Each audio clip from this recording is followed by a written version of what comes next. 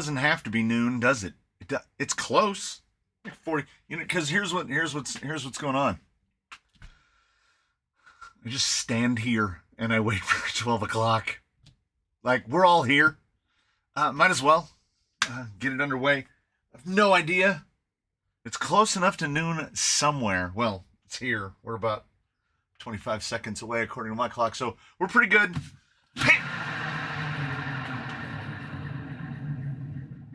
That was pretty good. I got a lot of throw into that one. I would like to announce for anyone who ever visits the creation of the free bin. I have tried to give everything in this bin away more than once, and I don't know what it is. I'm going to say that it's a 50-50 split.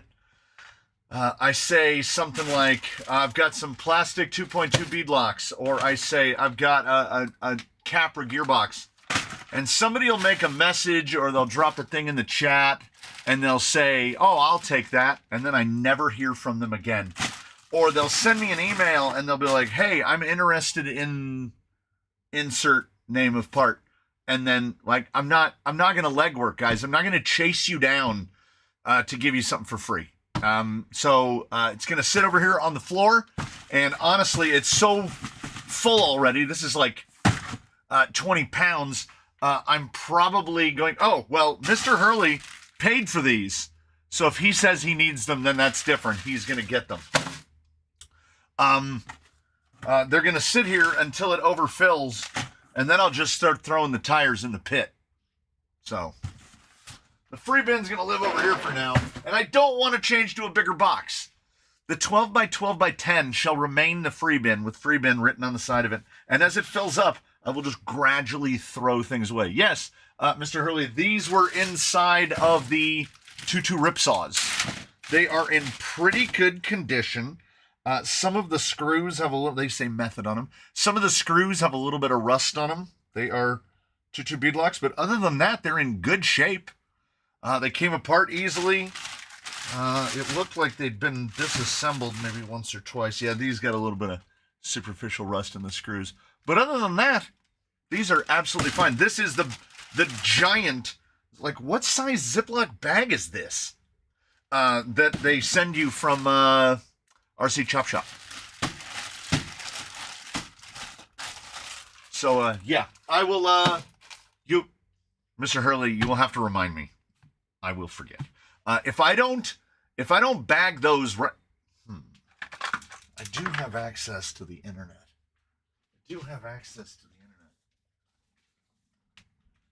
Is this envelope at all familiar to you, Mr. Hurley? It should be.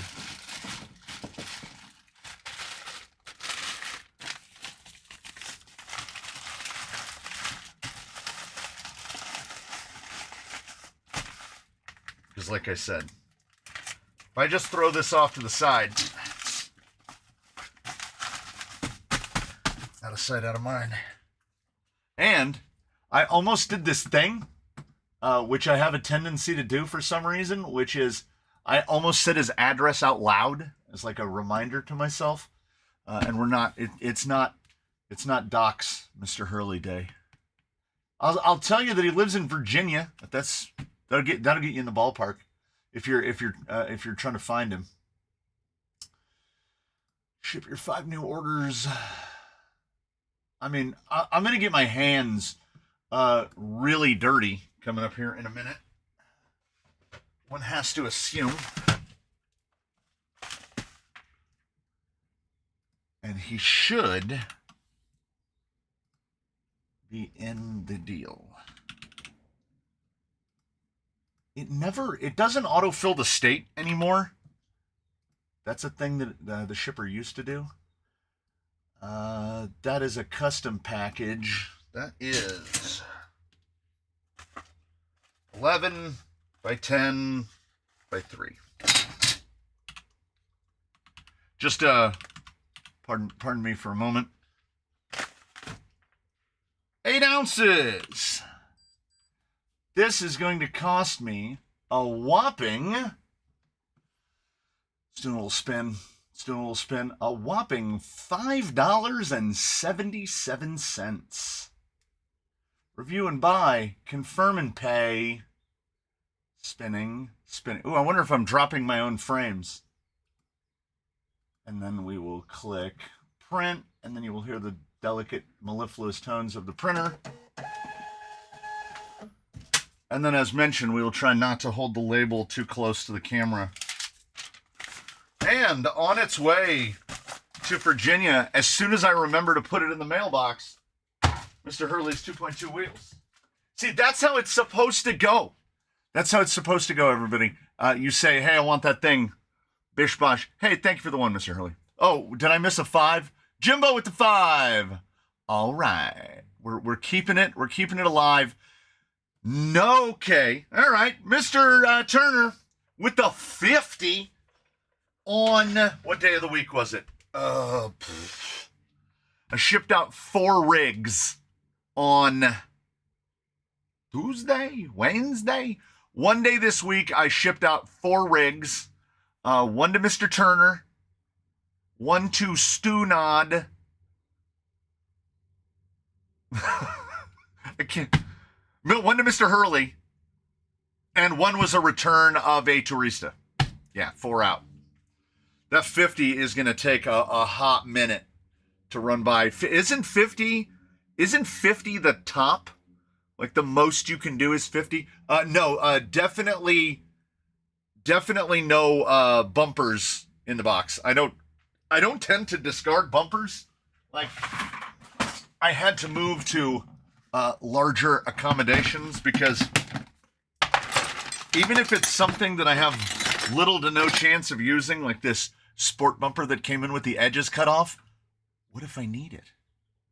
What if I need this? Got some titanium in here. You can still find on Amazon, these are straight clones of the CC hand bumpers for Phoenix. No, I have not given the turbo away. I will, like I say, it'll sit. What if I need this? It'll sit in the free bin forever. Did last week's missing membership showed up? YouTube refunded about 30 of them, like about the final 30. A couple of them did go through eventually, but they refunded about 30 of them, and as a result, Sunday, when the return processed, my income for Sunday was negative $23.34. And I've never had a day go negative. Like with AdSense, I mean, I've seen those days where the money coming in on that day was like $7. But, you know, it's always like AdSense. So it was enough of a refund to where it squashed all of the AdSense that came in that day and whatever other paid memberships came in on that day.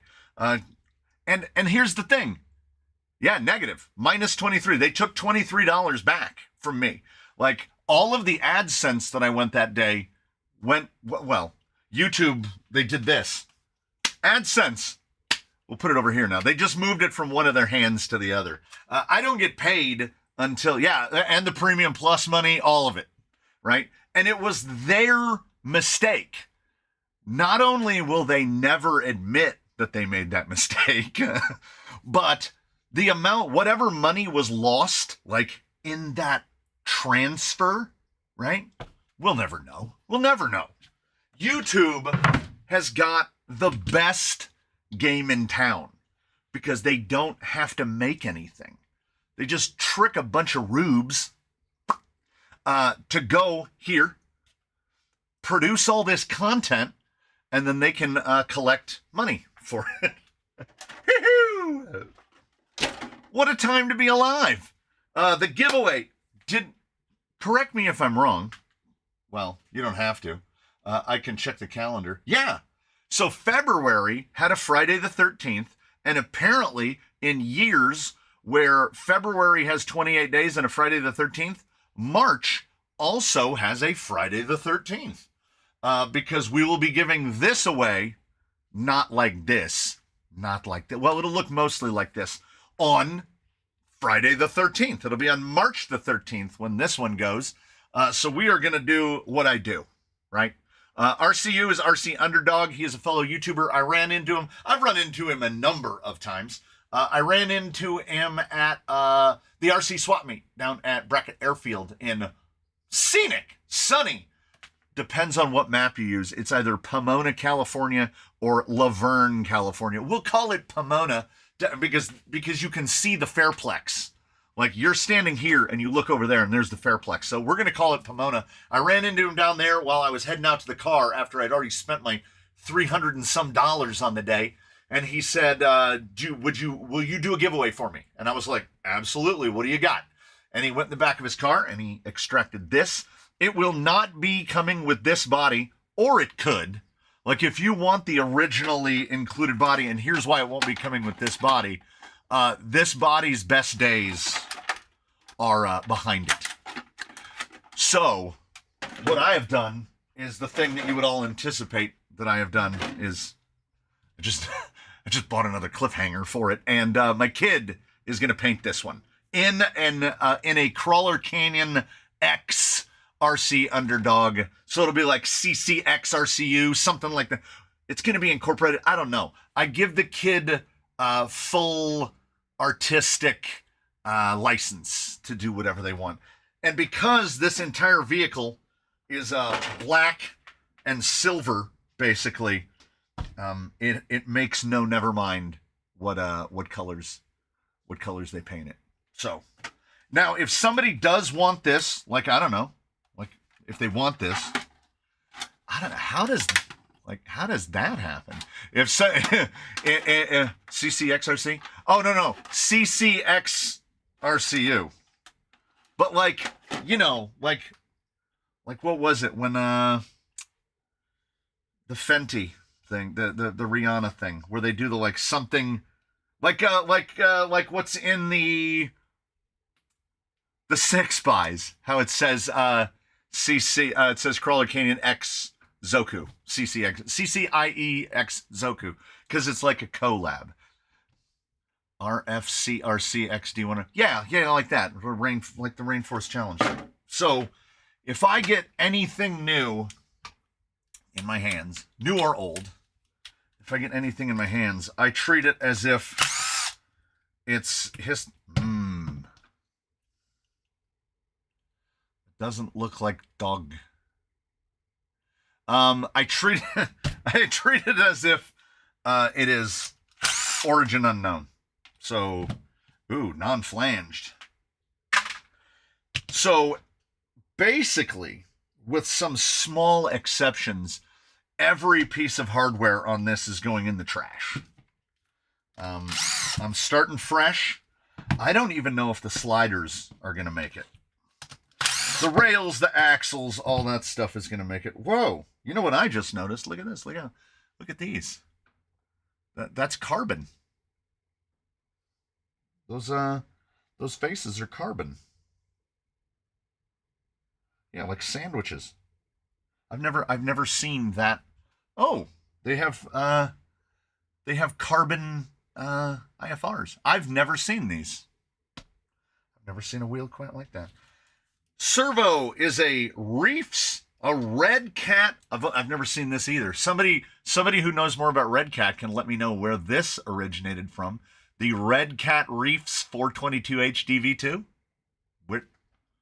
Where did when did that happen? I don't know. And then we've got straight up secure combo, 70 amp, 3625 1800. Coyote shocks, and I can't tell if they're Coyote springs, but I can tell you there's not nearly as much oil. I would like my pumpkin it's real close. I would like maybe a little bit more clock, and I don't know, something. It's the 422 from a Gen 8 Axe. There you go. I'll tell you this. I understand the Wibble base, because like this is theoretically 313, But 313 on Capras looks wicked short. Yes, these are 100% no-name Amazon Capras. These actually look... Now, they're not the same as what's on Wolverine. Wolverine's has a little pop-out right here on the little front of the diamond, but these look very close. Yes, these are 100% Capra width. That is not stainless. No, that is heavily magnetic. That is zinc-plated steel right there. Ooh. Ooh. Little on the loosey-goosey. Ooh, I strongly... These are the rod ends that will often come with things like... when you buy the RC Lions link sets, just throw them away. Just throw them away. It's amazing that all of these aren't intact. Oh, well, that's because none of the ones on the bottom are those. These are all Traxxas shorts. Oh, we got another. I don't know if the camera will pick it up. We've got there's a big, long red. I'm tugging it. There it is. Whee! There's a lot of hair on this. This is hairy. So we're going through. Okay. Washer has already fallen out. Yeah, I have an idea. Because I took a rough look at it like yesterday, I think. It's been sitting here for a few minutes. Someone also mentioned to me that Hardcore RC does this. I've never ordered links directly from RC, but they do the little tape flags. Is this true? Yeah.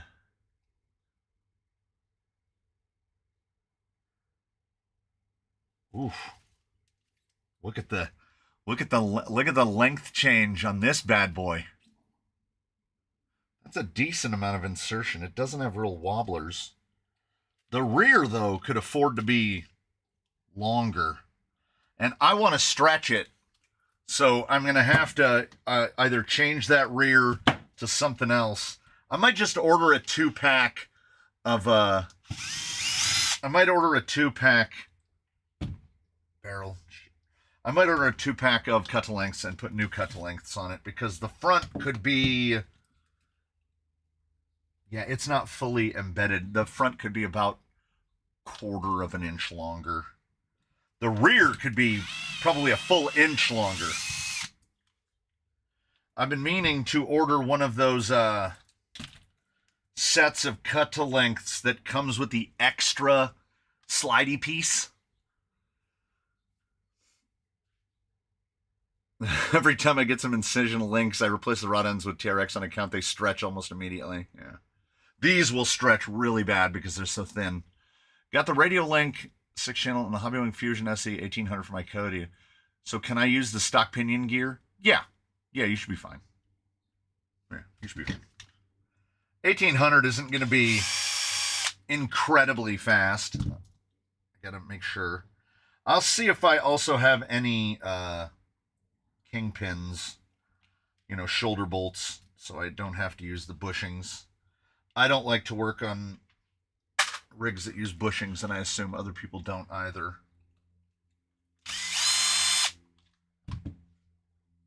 This is how we also... Oh, there's some hair in there, too. This is how we also find out what gearing we're working with.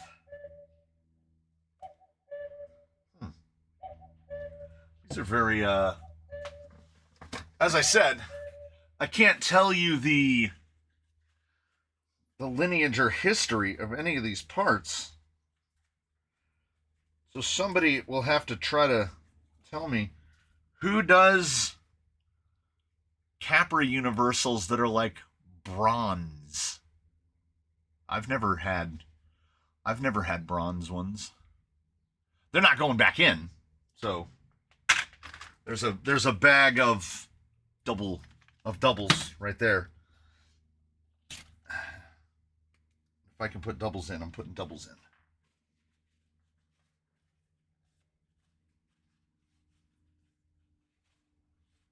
Bushing's always especially on metal. Yeah.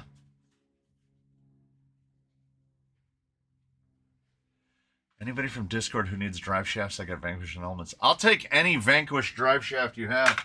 I just had to order Vanquish plastics because what I do is I steal all the ends out of Element and Axial and I put them in the Vanquish plastics. And now, in terms of Vanquish plastics, all I have are short ones left.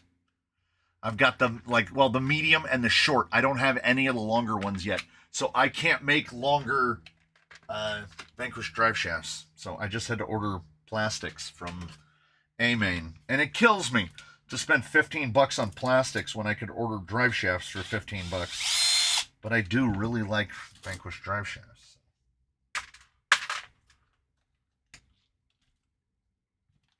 Oh, man. Oh, also, I'll point it out to you. Oh, and Mr. Matthews, if you're looking for some kind of bumper in specific, let me know. I might have it. I probably won't, but I might. So if you see me switch driver, which I just did right now, I don't like. That one is stainless. When I took a cursory glance at this thing to start with, horrified. We've got the flatheads going in at the angles. And then on this side, we got buttons. And then back here, we've got a stainless, and like this, I can't do it. Oh, here's a flat and a stainless. Oof. It's all, it's all going. Oh, wait, I almost buried the best one. So here we've got it here with the nut. But then on this side, we've got the bolt from the inside, and then it just, like, what is that? Like a 25? It hurts me. Oh, and these guys here are not setting into recesses in the 3D print. I don't think these are specifically for this, nor do I believe that this vehicle actually needs it. I'm gonna take a closer look once we're getting it put back together.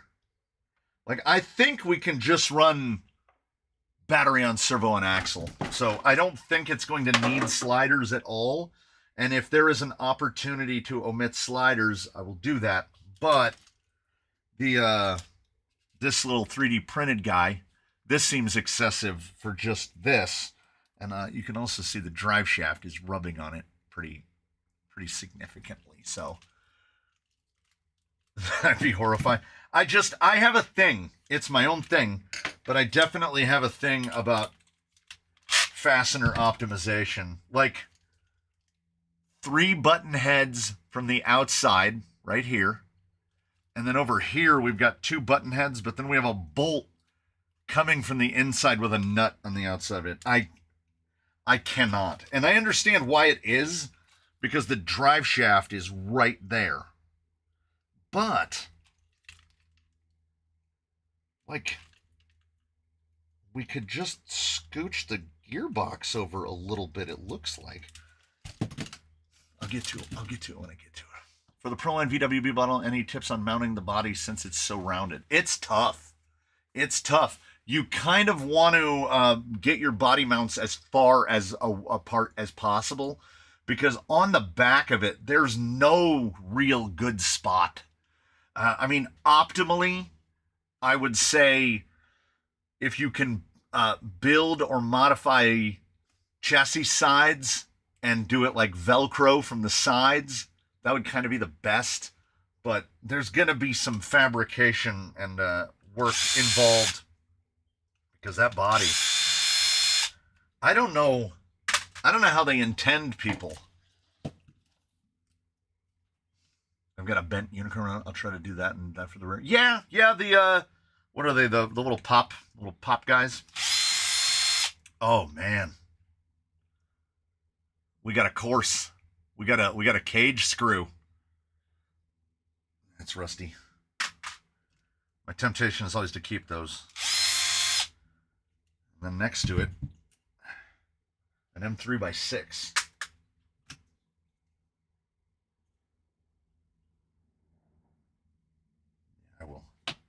I'll do everything I can to discard that. Yeah, throw it all in a tub. I am throwing it all. Oh, I just got snagged in another hair. I am indeed throwing it all in a tub, but my tub looks suspiciously like a 5-gallon Lowe's bucket on the floor. I just picked up a small drawer organizer for hardware. What is the best way to go about starting to fill and organize? It's got 30 spots. Oh, so like these types of things, like the little drawers that come out, this type of thing. I have an organizational scheme and schedule that makes sense only to me.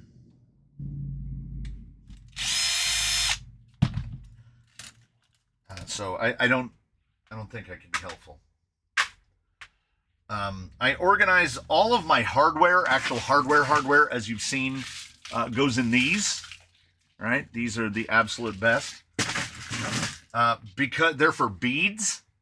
And why the ones for beads is best. These are actually the super best. Because you see the grid. So these have actual hinges. They have actual latches. And then there's the grid in the roof that lines up with the grid. So basically nothing. If you have the confidence to do this, you're talking about good bins. And then because they're made for beads, none of the dividers come out, which is critical. And then the bottoms are rounded, so you can actually get stuff out. I own like, God, I don't know how many of these I own. 20, 25? You get to a point. Tried the Radiolink R4, did not like. I mean, you know, it's different strokes for different folks. A lot of people like that Dumbo, the 350. I hated it. It's not the radio that I hate the most, but ergonomically, an absolute unabashed failure. And, you know, the Radiomaster MT12 is a fantastic radio, but I wouldn't buy another one because I don't want to have to learn to speak French in order to program the damn thing. So people don't have to like the radio links. I buy enough of them for everybody. We have rain in the middle of summer. We don't have that. We don't have that. It is 77 in this building right now. It is currently 85 degrees outside, and we will get over 90 degrees today in February. Oh, I'd like to point out I didn't do that. That's straw cab, right? That's backwards. That's got a little backward action on it. There is not enough pinch there. Those need straight rod ends on them, which works out for me because I want to stretch the wheelbase a little bit. It'll be nice to... The dust has started to get that... Yeah. Oh. Axle feels nice. Smooth. It's nice. What do you think of the new Proline comp shocks that are pricey knockoff but adjustable? I think that they're priced at a price point that presumably only a mother could love. $65 a pair. $65 a pair is, for me, in the no-go zone, right? Because you have competition. The Deluxe DravTech is the absolute top end for pricing personally. If you want to go buy Chronics, if you want to go buy Velvets, if you want to buy SAD iBox, if you want to buy any of those shocks, go for it. But you have to recognize that the return, the ROI on that is not there. Like, people are like, my Chronics is the best, they never leak, etc., etc. For the price of a set of Chronics, I could build 3 full sets of Traxxas big bores. and just rotate them in and out of service. So I have a set of Chronics that were donated. I have one of the rigs here. What's his name? I can see him. He's over there. The TRX4 with the LCG, with the brazen LCG. He's got Chronics on him, and they're great. They're great. Do I think that they're worth that expenditure? Like, if you're spending more than a Fusion Pro Elite on shocks, you could have bought cheaper shocks and then bought tires and a servo, and you know what I'm saying? What did this rig? I have absolutely no idea. I have absolutely no idea. I don't know what this was born as. I don't know. This chassis looks familiar, but I have to assume that it's a clone. And the rails have been cut down. It looks a little bit... It looks like a Tulo? Somebody else would be better. Someone else can tell you. It came in my hands. RCU is for RC Underdog. He has a YouTube channel. He is a YouTube guy. He is out of San Diego.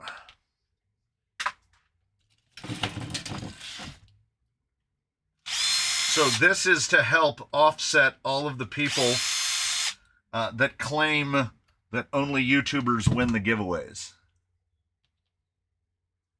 Tank, that's his name. Tank. Good memory.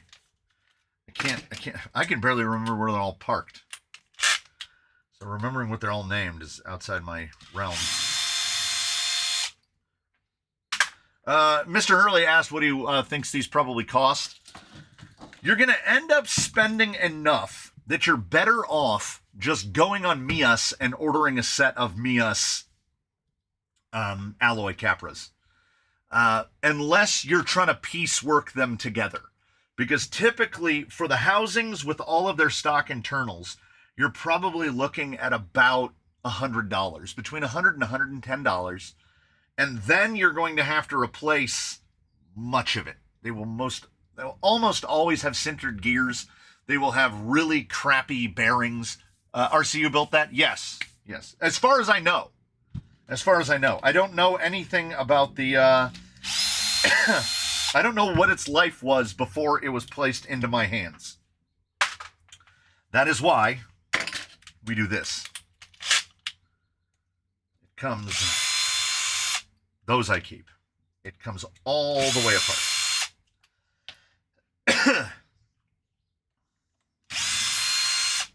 I wonder if I could. No, we'll leave it SOA. Yes, he donated it. No point paying crazy money when something that does job fine at a third the cost. Yeah. What 90mm shocks do you recommend for the Coyote? Jeez. I don't know what's going on here.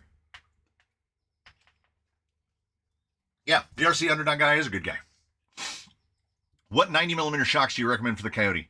GTS are very easy. Traxxas GTS.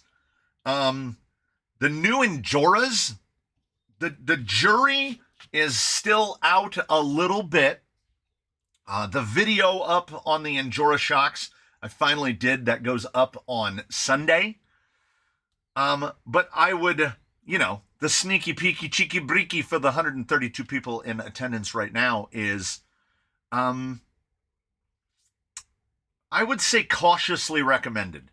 They went a bit proprietary on what parts they used and the way they built the shock, but they are built really well. I was genuinely surprised at the fit and finish of the Enjora DRZ. I think it's DRX.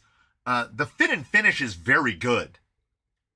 And they're dual spring, which I am not usually sold on, but you can mix and match the springs to get an actual functional amount of tunability on the springs. So, like I say, I cannot give them a full thumbs up yet because I don't have enough time in them in operation. Yeah, two mods kind of the same thing. They're better put together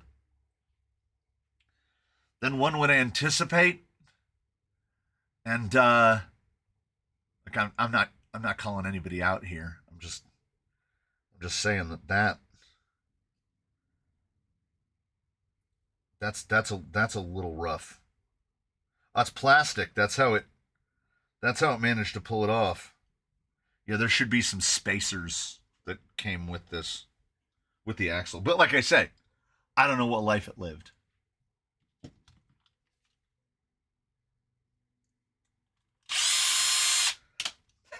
That screw is wicked bent. Oh, the camera? Yeah. No, I don't hit it with my head. The tools are all right here. Like, right straight through. So I do this. There you go. There it is right there. I bump into this thing all the time. Probably right about there. Then it'll relax a little. Yeah. There you go. Cumulative slop. Any plans for the Santiazi body yet? None. It's in a bin right now. I had to go to Costco and I had to buy 2 3-packs of these big clear bins because it was the only way to buy back any floor space.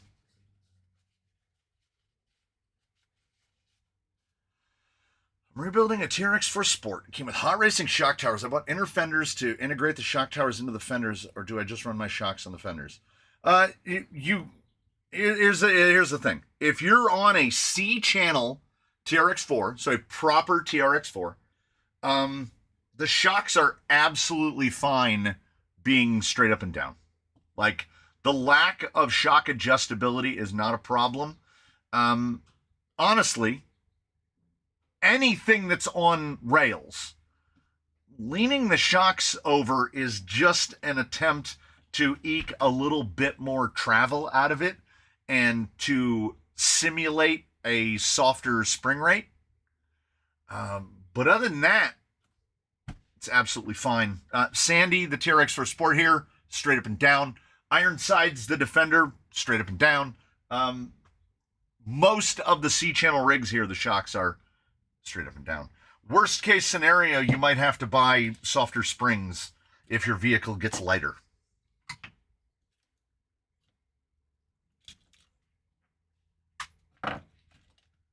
Oh, another one.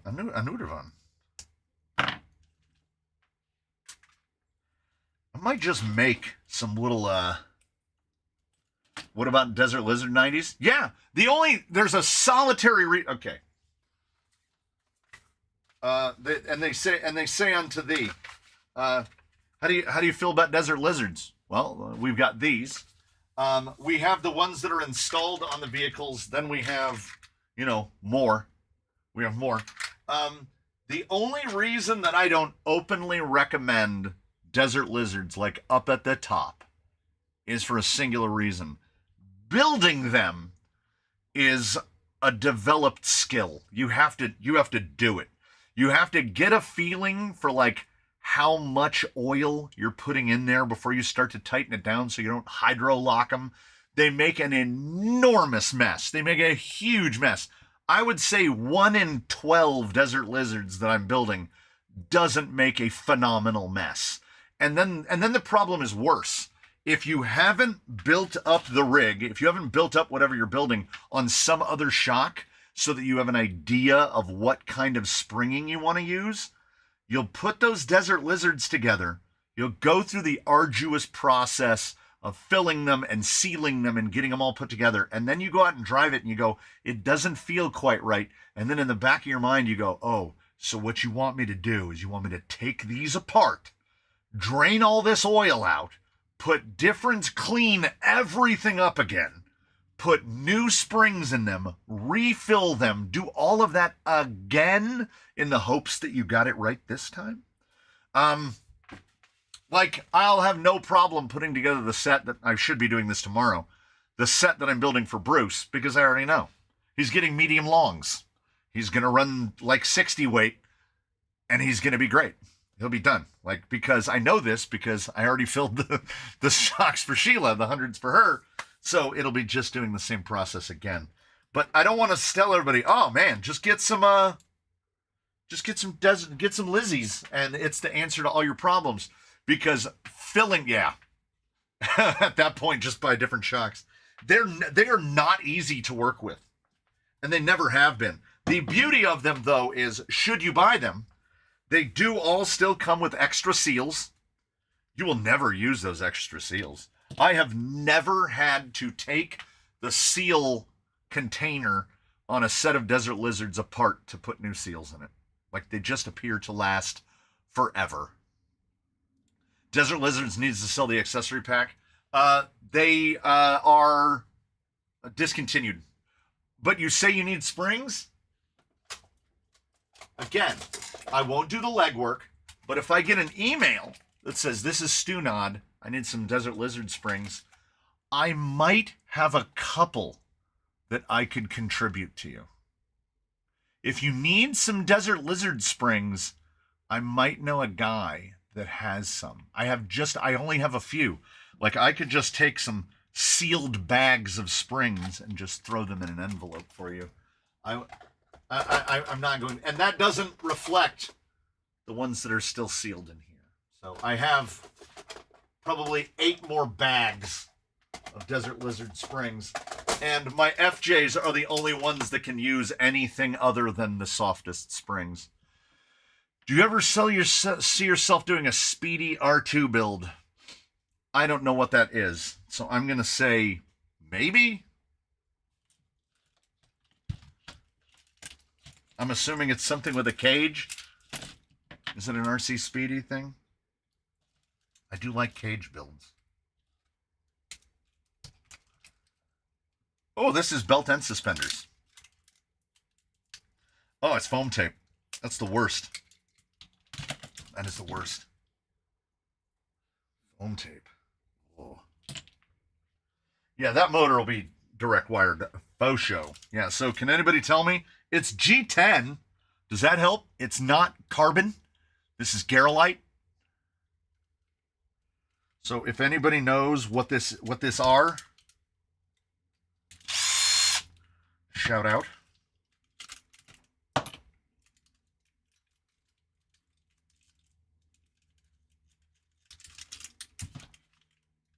those wires need to come down. I would really like to build my TI Fury, my D1RC. But to do that, I have to, attempt to maintain some level of sanity where I don't on a daily basis accuse myself of being lazy when some days I'm out here for 16 hours. It's like, get as much done as you can without burning out, I guess. My TI Fury is a full bin. Like, it filled the whole bin because I have literally everything I need to build it. And sitting right down at the end of the bench, this is next week for y'all. If you're interested at all at tuning in next week, this is the other D1RC. This is the titanium cage with the Bronchi on it, with the Bronco. And I've got almost everything I need to do it, but not everything. That's why it's not today. Also, I need an extra week to get this thing fully sorted out. Oh, this is a flathead, isn't it?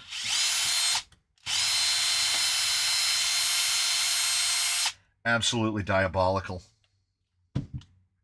Diabolical. I might just rebuild those, like, same length, but I might just relink those. I've got to reuse these. Although that does look like a... Oh, I can see where the tape was. Because I want to maintain the clearance on this thing. Oh, look at this. We can... Oh. Oh. I see why they went the other way. I think it's broken. I think it's broken. This one also, I don't know what happened to it. Maybe the motor used to be over to further? I don't know. What do you still need for the Bronco build? I needed to order links. I dug through my bins trying to find cohesive links to rebuild the rear end because I have to shorten the wheelbase because I'm using a Defender. The Defender makes all the sense in the world to turn into the Bronco because the Defender has a Fusion 8 in it. So we'll be able to do stupid stuff, and we'll also still be able to kind of crawl with it. I've been unmembershipped. When did that happen? Weren't you green earlier? I'll spend 14 hours building and tuning a rig to completion and not touch the rig again for a week. Burnout is real. I have trucks I've put together and haven't touched since. Can't stand to look at them. Yeah, I have not gotten to that point, thankfully. Wasn't Jeff at the Temple Green when this started?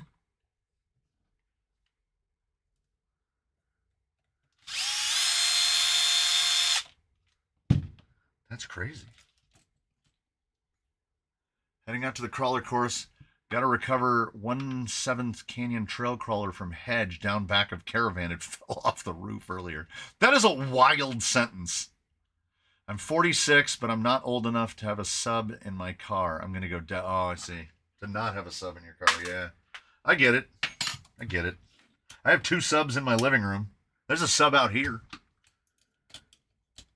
I have the factory installed one inside my car now. I have no desire. My days of car audio are definitely past.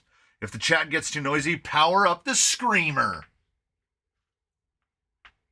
Hell yeah.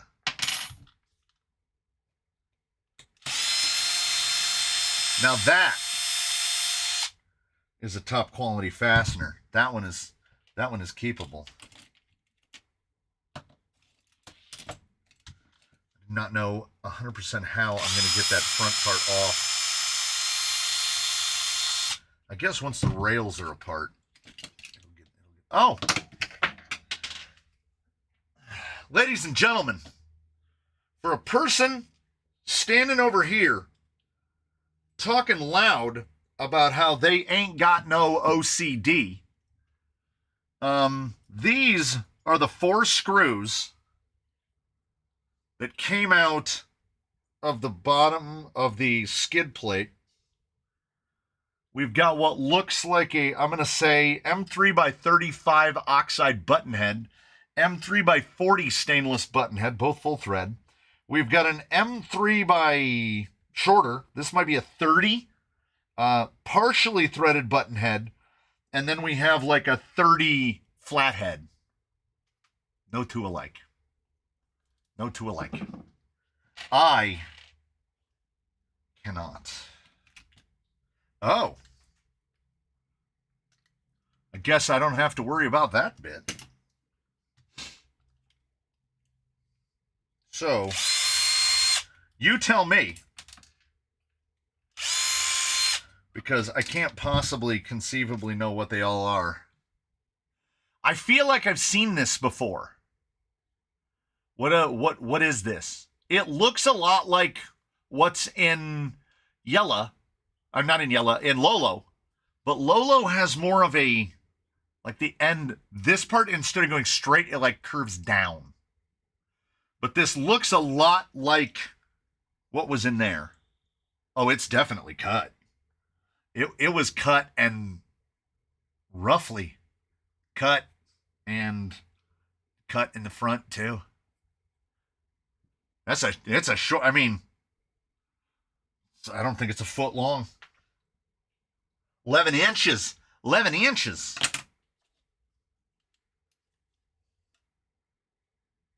Well, there is a nut buried in there. Yeah, I've made decisions. I've made decisions and making decisions.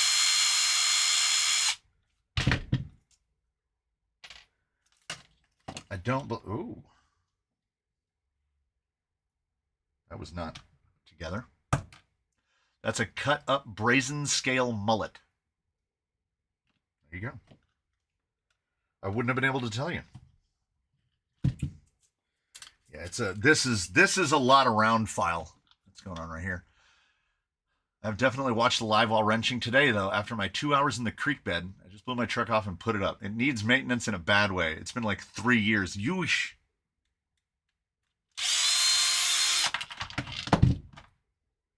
3 years. 3 years feels like a lot.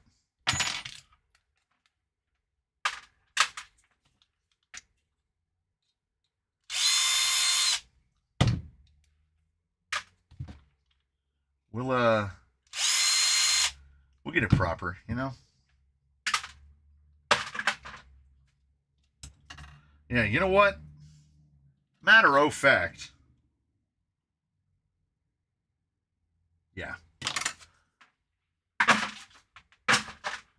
I'm not about it. Hey, Swampers for 17 months. So we're not going to get it put together. We're not going to get it put together. And here's why. Did you get my email? You're going to have to be more specific than that. You're going to have to give me more. If you were reusing the screws you're taking out, what are the chances you would have leftovers after you put that back together? 100% from the tires last week. The Vanquish? The XMTs? The Yokohamas? Yay or nay? All right, let me check you on that.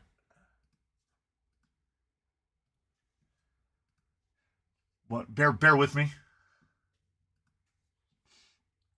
I should be able to go to labels.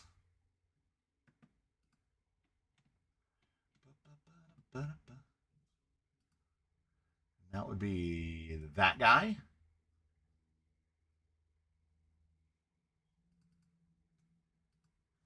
Copy.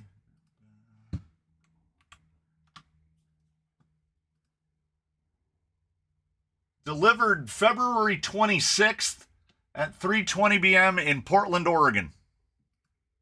Does that ring any bells?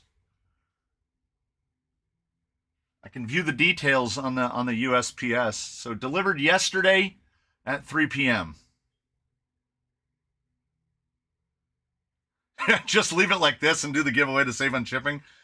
Small box. Small box. We could fit this in. Like, even with the tires, we're talking. I have plenty of like boxes that kits come in. I send it so. Oh yes. You keep asking. And I keep not acknowledging. Not those. Where are they? No.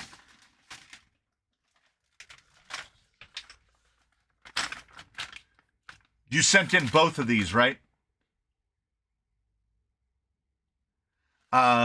Look how fat these are. 155s. Scrambler 155s with these little guys. Look how fat these are. Yeah, for those tires last week is not more specific. But I remember the name. I remember the name that time because I shipped those out first. Before all the rigs went out, I had shipped those out because I can just shove those in the mailbox. And I can't just shove a rig in the mailbox. I don't know. Will the government, will they let me have a mailbox that big? Oh, here's why we're not going to get this all done in one, much as I'd love to. But I can slow down and get my cleaning process going. The 3D printed skid, can you see it? I need to hold it. Can you see this? How about if I do this? Can you see it now? I just got a big old hank of Delrin from Amazon, which was 1/3 the cost of running, of buying my Delrin from McMaster. So I got a full foot by foot. How's your tire testing backlog looking now? Okay. So, well, you know what? I'm going to sit down. Now that I don't have, I feel like a weight has been lifted off of me by how many failed parts there are. Because I will make my new sliders. right? And I'll just do little guys, basically, that stick out like 3/4 inch, which will give me room to put the speed control on one side and the receiver on the other. And then I'm going to do everything in my power to incorporate battery on servo and axle. I got my jigs right over here. Because if I can get the battery on there without it hitting the hood, awesome. Unspringing the battery is great. I completely forgot where I was going with this. Tire backlog. So, ordinarily, I come out here on Thursday, and we call it beadlock Thursdays around here, because I spend a lot of time doing beadlocks, and it always tends to be Thursdays. But I had a schedule, and I had to drive to Rancho Cucamonga because I gave in. I finally had to give in. My charging port finally, so I couldn't use navigation in the car. And anyway, I had to go spend the stupid money and buy the dumb phone. So my schedule got all kafoofled. So on Wednesday, I cleaned thoroughly. Like, this place, what you can't see over there, has not been this clean in 6 months.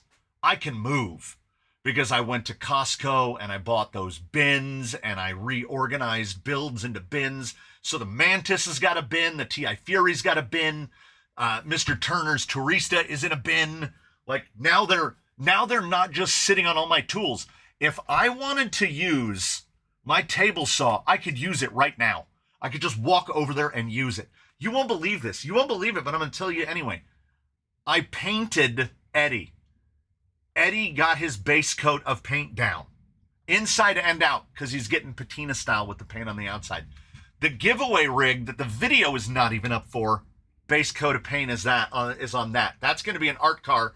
So the kid basically has 3 bodies they need to paint in the next 35 days or so. So they are up for it. Fast forward. It is Friday morning. I come out into the workshop. It's about 9 o'clock in the morning. I get out here and I look around. The place is clean. I've already vacuumed my workspace. I've already done all that stuff. I'm like, what do I do? So I say, well, we've got tire tests coming up. So I mounted 1, 2, 3, 4, 5, 6, 7, 8, 9. I mounted 9 sets of tires this morning. 9. And it feels, yeah, too clean to work on. It feels pretty good, man. Oh, I hate that. I know exactly what Henry is talking about when he says that. I'll do that on the machine tools. I'll get it so clean that I don't want to use it. Like when I deep clean the table saw, then I'm like, if we cut it, there's going to be a bunch of... And then I don't use the table saw for like a month, and then the backlog builds up. No, the kid did not paint yours, Mr. Hurley. That was a bona fide 1-hour paint job because I was painting 4 bodies all at the same time. Wednesday was about 75 degrees and it was nice and sunny. So it was perfect painting conditions. It's probably honestly too hot to paint today, which is why I'll use that as an excuse for why I'm not painting today. We'll take that and run with it. Is RCU getting out of RC? Not to my knowledge, no. I think he handed it off to me because greater reach will be my guess. I'll get more people. And, we'll have some content. There'll be content. I'll drive it. It'll get it's going to get a ghost ride. And then it'll get painted. And then you'll all get to see it before it gives away. Because we're giving it away in, 2 weeks from today. So more eyes on it, and hopefully some people will... Oh, yeah, you got to take these apart, huh? We'll check out, check out his videos and whatnot. He's done a fair good bit towards the contribution to the hobby. Yeah, I'm throwing all of this away.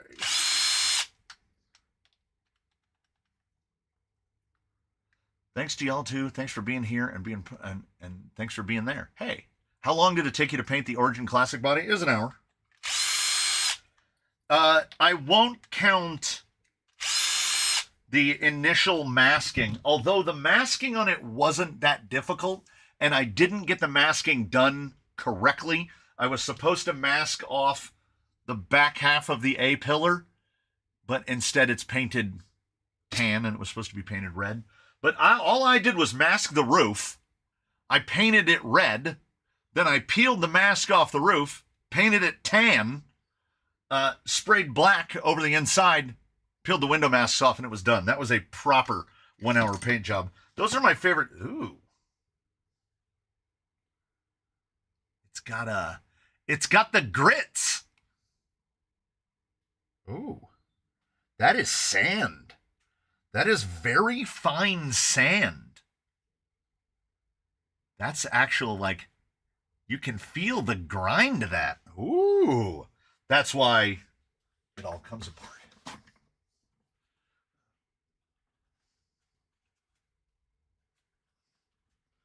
Yeah, that is very gritty. It's machined. We've got machined in the portals.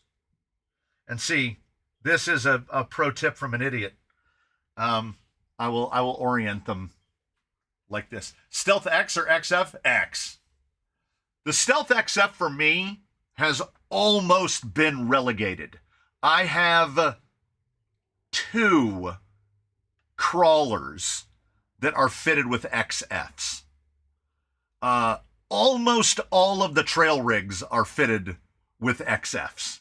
The XF to me is the perfect trail gearbox, provided you're centered axles. If you're offset, it's not as great. You get a little bit of a wonky drive shaft angle to the front, but it's basically sealed.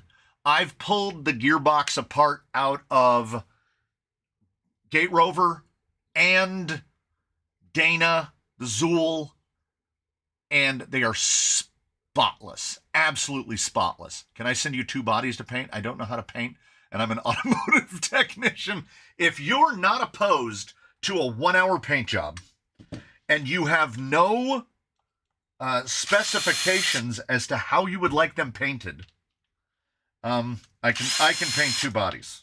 I do recommend this. Have them done, right? So, like, have them fitted, so body post holes drilled, all of that. Because mounting a pre-painted body is definitely, ooh, that was another big old hair. That is definitely in the category of a pain in the ass. It is so much easier to mount a body that's clear. And this one, I don't have to worry about. I could mount it after it's painted, but I'm going to mount it clear because I'm moving the body mounts. The body mounts on this isn't bad. That's pretty good. I'm going to shoot for something very similar to that in the rear, but in the front, I would like the holes to be forward and out, like right there, to help spread that load. This guy had seen some stuff. Light coats, everybody. Yeah, painting, I just...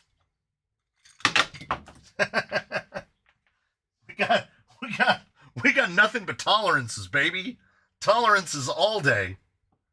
I turn that thing lightly sideways. Is that the rear axle? There's sand in here too. It's all sandy up across the edge of that. Sand inside the carrier is honestly kind of impressive.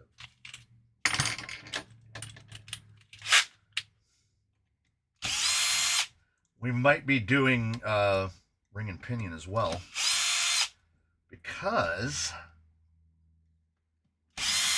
unless I'm wrong, well, we'll see what comes out of the front axle before we make any decisions along those lines. This whole thing will be button head from end to end. Oh God, sweet merciful baby Jesus in all that is holy in heaven. The bearing still feels pretty good, but it looks like it cleaned an aquarium. That is really something. Might have to order another bag of 7x14s. Have you worked on an Atlas gearbox? Yes. Well, oh, he was asking him. I have. Yeah, self-lapped. It's the strangest thing I've ever seen. Oh, then you need to get in deeper. FMS are absolute rookies. You got to get into Gmade. Gmade, for me, rivaled only by Tamiya. But in the crawler world, Gmade for sure. The gearbox on the Spider, wild. The gearbox in the GOM, bonkers. Even the gearbox that comes in the GSO2 series, so the Buffalo, that little half cab one, they basically took an FMM and they took a transfer case, a 2-speed transfer case, and they attached them, but instead of using an external shaft to attach the two, they made the gearbox housing like 9 inches long. But inside of the whole middle of it is just a shaft that looks like this. Just nothing there. It's... The Yikong isn't honestly... Well, yeah.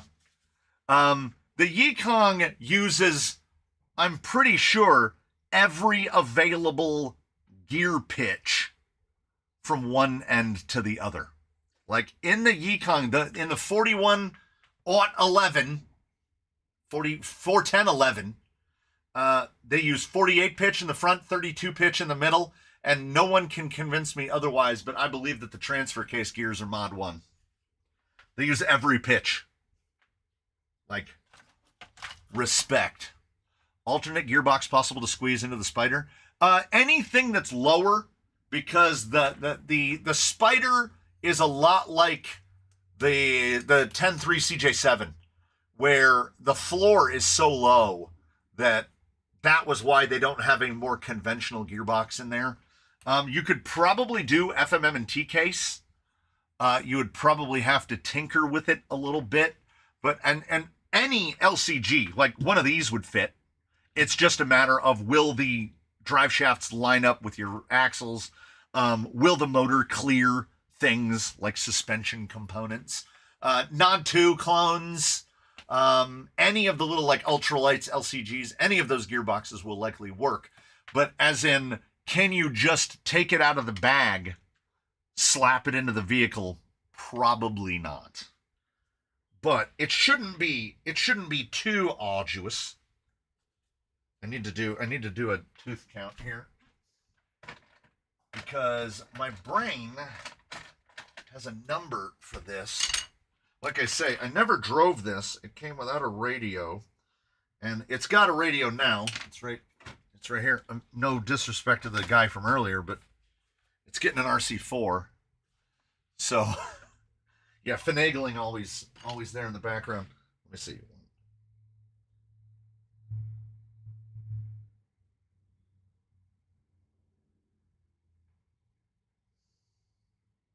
Yeah, as I thought. That is a 24. That's an 824 coming out of the rear axle. So these might be 824s in both axles, and they might have done that to try to speed it up. I know that there are some of the Capra clones that come with 824s in them. I've never actually experienced one myself until just right now. I'm going to operate from the assumption that there's going to be an 824 in the front of this as well. Gears are in good shape. Bearings look like they're in reasonably good shape. This thing is going to need a full degrease. That is one shim, and it is external because it is sandier than the inside.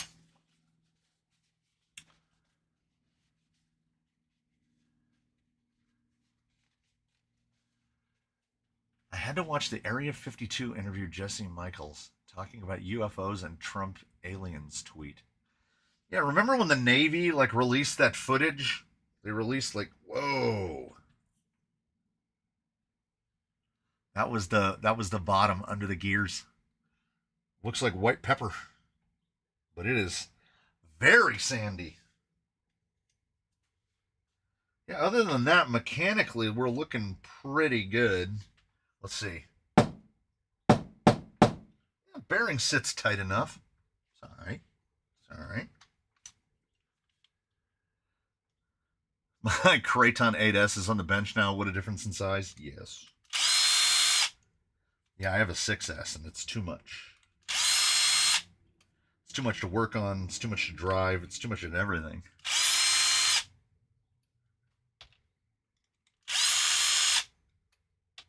How did Mr. Turner's 50 not hit any of those? There's like a whole little group of Brits in there just evading.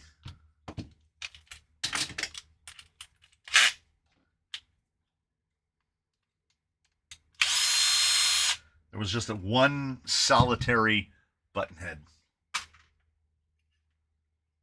Yeah, it's an 824 at this end too. No sand in this end.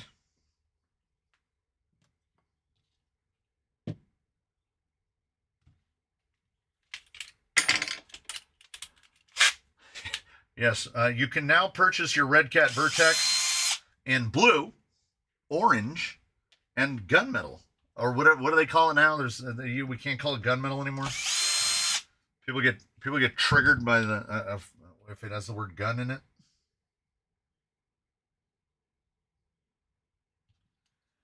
Yeah, you know, whatever works. I like orange. There's nothing wrong with a nice orange rig.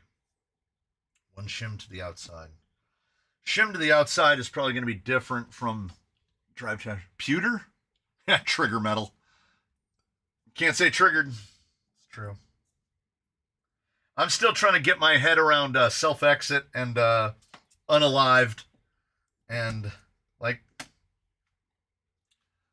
as somewhat of as is the Vertex a Redcat? Yeah, yes and no. It's sold under a Redcat badge, but it's a Yikong 4061. And the Yikong still looks better. And I will argue it till the end of the days, because the Redcat body is just too small.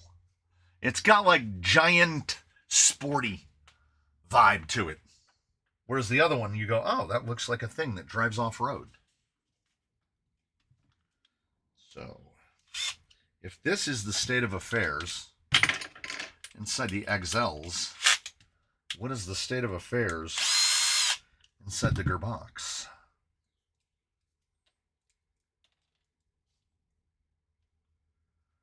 Who knows?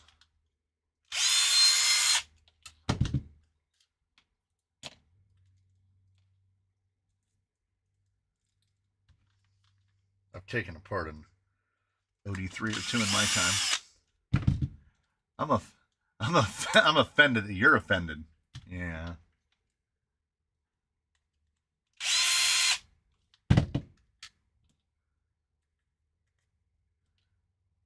What did Ricky Gervais say? You have every right to be offended, but I don't have to do anything about it.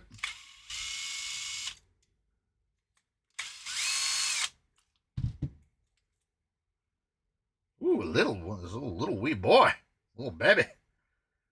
What's that? 13. 13 in there. 13. And oh my. Wait, I need it. Oh my.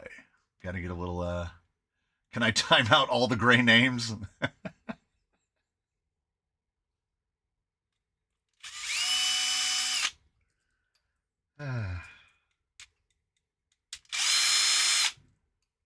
You're prepared for this part? I am. Little OD3 action here.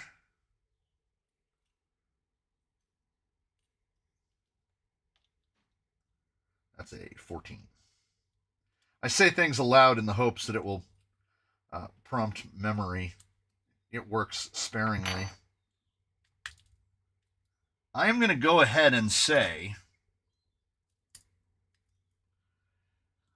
that in this gentleman's time on the earth and on the rocks, not one drop. Not a drop absolutely bone dry.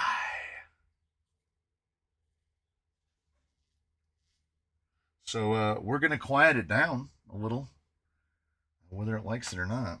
Yeah, there's never been any grease in there. Ooh. Turn smooth. Turn smooth for something that's never been greased. One last bit to take apart.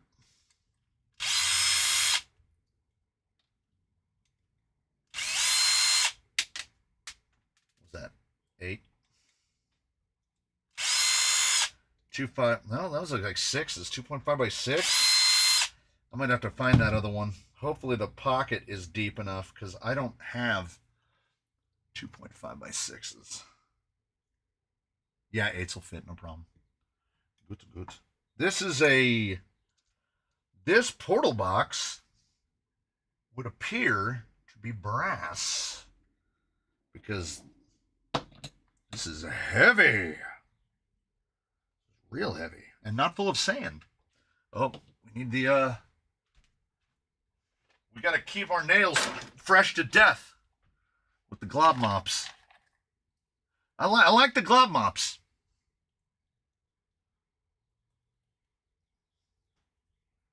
Yeah, very sparse on the greases here.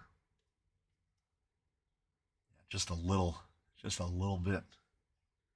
Luckily, the tooths on the gears look pretty darn good, and the front boxes don't have any crud in them. So I don't have to do too much here. Have you ever killed a gearbox through water? No. I've never killed anything with water yet, surprisingly. We submerged the old classic. He went full submarine, and, you know, in my due diligence, the reason that he went submarine and went to sleep is still, it's right here. There it is. There's the piece of foam that's supposed to be in the Traxxas receiver box to keep the water from getting in. But I was like, it doesn't need that little bit of foam. So now when I rebuilt him, I sticky taped the receiver box to the top of the receiver box, which I don't know. If it's stupid but it works, it's not stupid, and I kind of think it's genius. Because now that receiver box would have to completely fill with water for it to short out the thing.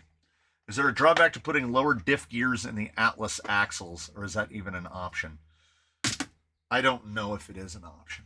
No, water is not scary. It's the stuff that's in the water that is scary. Like the fact that this poor gentleman is mostly full of sand.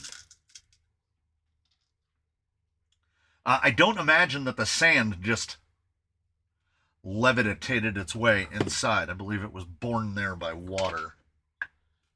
We're going to use the back of... No. Yes. I don't need to keep every Injora sticker sheet on Earth.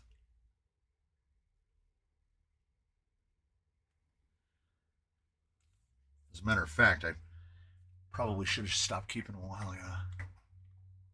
Where as in completely worn the teeth down? No. No.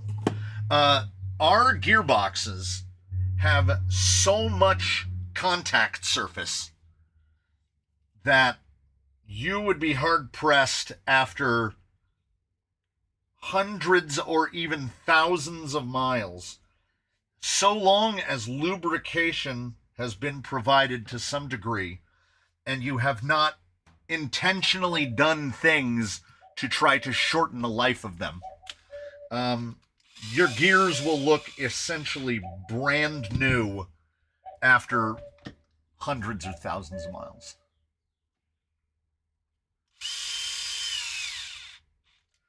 They basically, they just don't work that hard. Everything we have, because if you think about it, the gears that are used in something that is effectively full size, the gears in this drill are no bigger than the gears that are in this. And like this definitely has to undergo more abuse. Every time it drives a fastener in, it's basically stalling itself out.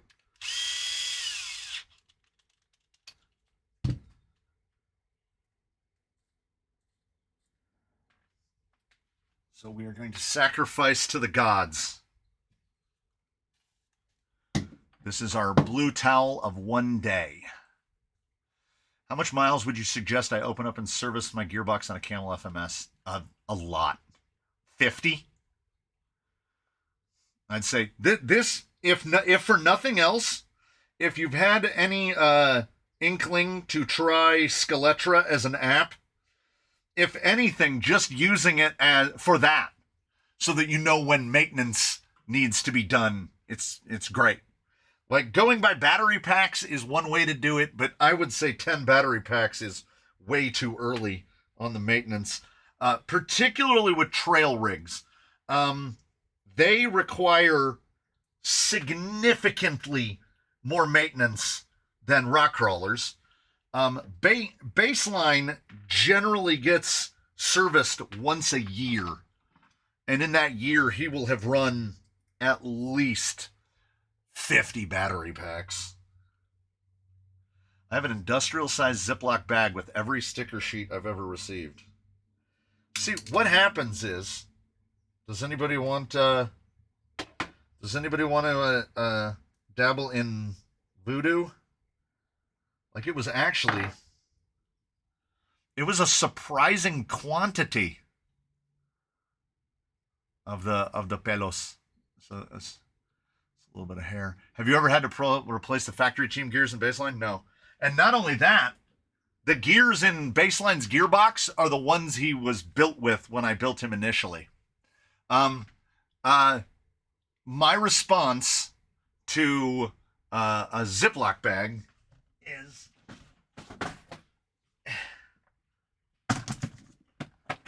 so I opt for the scrap booking boxes. Number one, here's number two, and they just go and they go and they go. Here is number three. You might ask, well, how do you find the stickers that you need? Oh, I don't. I look for them for an hour and then I give up. And then I have a section down here under the bench that's all of the big sheets like this that won't fit in anything else. Which is why when I get yet another Injora sticker sheet, I just throw it away. I can't.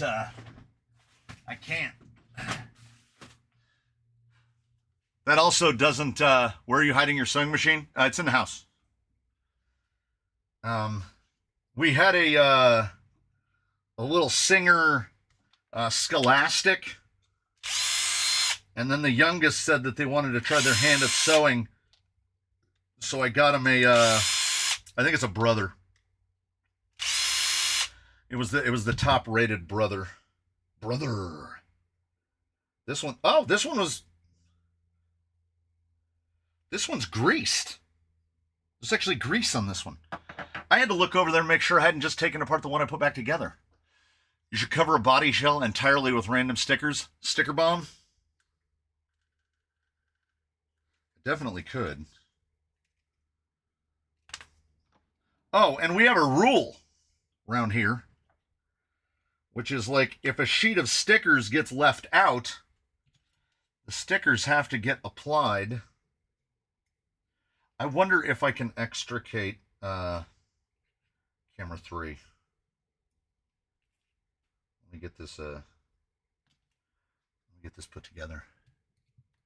I tried to sew, got a Singer, instead it was a Screamer.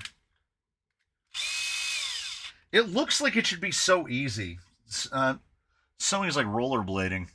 I know the stock J-Comp's Bounty 100 foams probably won't last long as I run vented and trail only. What would be a decent setup for inserts? Weird size problems. I cannot tell you what would be best, but I can tell you what I would do. I would get a set of Injora green class 1s, maybe blues, depending on how heavy the vehicle you're operating is. Either greens or blues. And then I would get a pair of scissors. So I'd get a pair of these. I'd get a set of these. I would get a pair of scissors and I would just cut right along that top rib and just take this outer line off and then slap it in there. And most of these outer ones will just then be nicely folded over inside the tire. Should honestly work pretty good. Like, here you go. Here you go. Here you go. There, where are you at? There you go. Wait, they're in the other drawer. Wait right here. Don't leave. Don't leave. Don't leave. Wait, I'm over here now. No. Wait. No. Yes. Okay. Very much in line with the weird tire size problem is the Canyon RT, right? Which is 2.2, but like 4.65. These are the 5.75 Injora silicones with the outer part cut off. So they're only dual vein. But now, like these happen to fit perfectly. Like they were tailor-made to fit. And the beauty of silicone inserts is like on the day when they're expensive, they're $20. You have no problem cutting to them. And if you need to make them bigger, opposite, you get the Alec P. You get your Alec P. Boy, does it work. Wear gloves. Don't use it near anything you love. It will glue your finger directly to that silicone insert. I didn't think anything glued silicone, but that stuff proved me wrong. That stuff glued the hell out of silicone. You know what? We're going to treat ourselves today. We're going to treat ourselves. We're going to the bag. And we're getting a brand new Otis. What if I grab an Otis that I used on something greasy? Oh, so blue. Plus, I think I paid $4 for 10 Otis brushes. We're going to treat ourselves today. We're going to get in there. We're going to treat us. And you will watch me use exactly one cleaning product. Did he just do it again?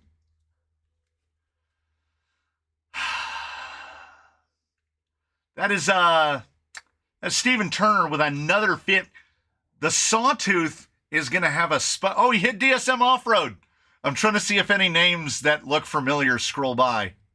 I've seen Bwampus before. I feel like I've seen that name before. Steve with the Fitty.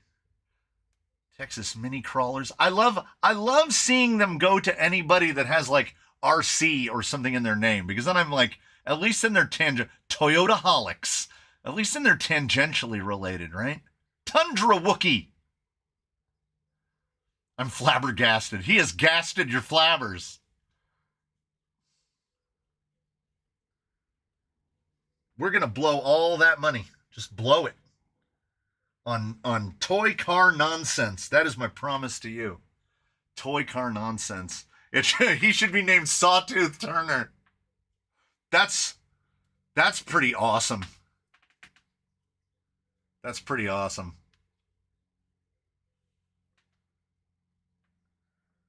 Sawtooth Turner. Which evokes Hacksaw Jim Duggan for me. I think, Crawler City RC, and correct me if I'm remembering wrong, is in China.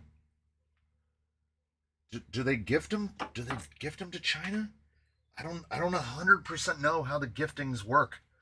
I don't know if they're weighted in any way. But there is that chance. For permanent bonding silicone rubbers and inserts, use Silpoxy. For silicone to rubber or plastic, use Permatex Clear RTV. I'm telling you, that stuff is crazy. It glues. Mr. Rossiter, you just have to make sure that somebody can outline in the settings what you have to make sure is turned on in your YouTube settings to be able to receive gifted memberships. If your YouTube account is very old, like mine's over 20 years old. If you have a very old one, you might be what's called a brand account. And I don't know how you turn that off because I am ineligible to receive gifted memberships on any other channel that I might go to.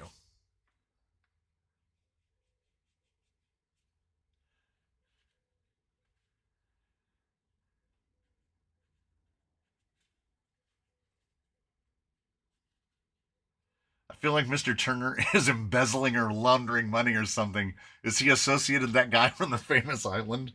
No, I've seen he's put pictures on the Discord. Like, if I'm remembering right, of like truck operation. I initially thought that he was another one of those computer guys, like all of you computer guys that are on here, but he's not a computer guy. He's a truck guy. I have noticed in this particular little hobby of which we are a part, there's a lot of IT guys and a lot of truck drivers. Is it brand name like brand or, yeah, branded. Yeah, a brand, no. Brand account, branded account. Brand account, branded account. Brand account. Brand account. I'm a bridge inspector, technically. Oh. Oh, yep. Yep. We're going to do it. What you going to do? We're going to do it. I just need a little bit. Just give me a little bit of 120. I need not 80. Actually, was that 400? Was that 400? That might be all right. Now this, I do need these guys for because I don't want to pollute.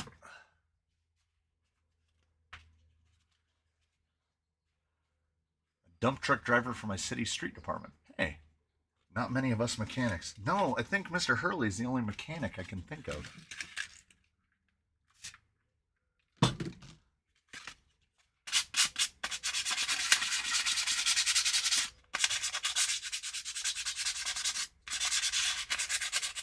That smells really good. If you ever opt to, if you have to take the burrs off of your cheap axle housings, and you want to hit it with some wet or dry, quick detailer for cars, because then it clears the slurry, and it smells really good.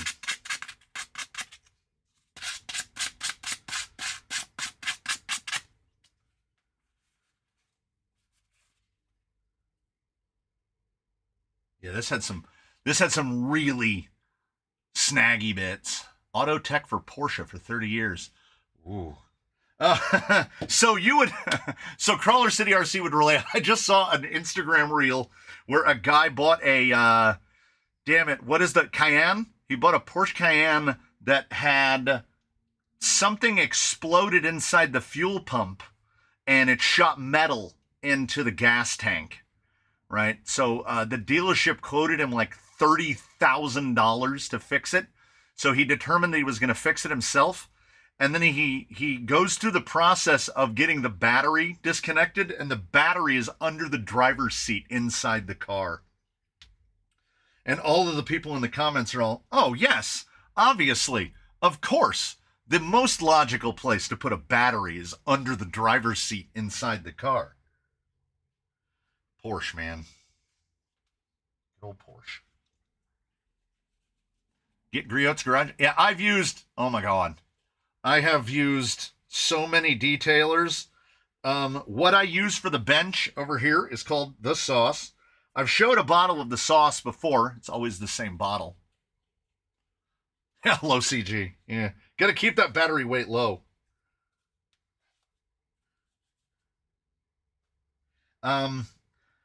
So what I do is whenever a bottle of detailer or anything starts to get low, I just mix it into this bottle. It's surprising how flesh tone it is. I don't know if it really adequately shows just how flesh tone the sauce is, but it smells really good. Now, one of these is really greasy. I think it's this one. And we'll use that to extract any sandy grease from the teeth.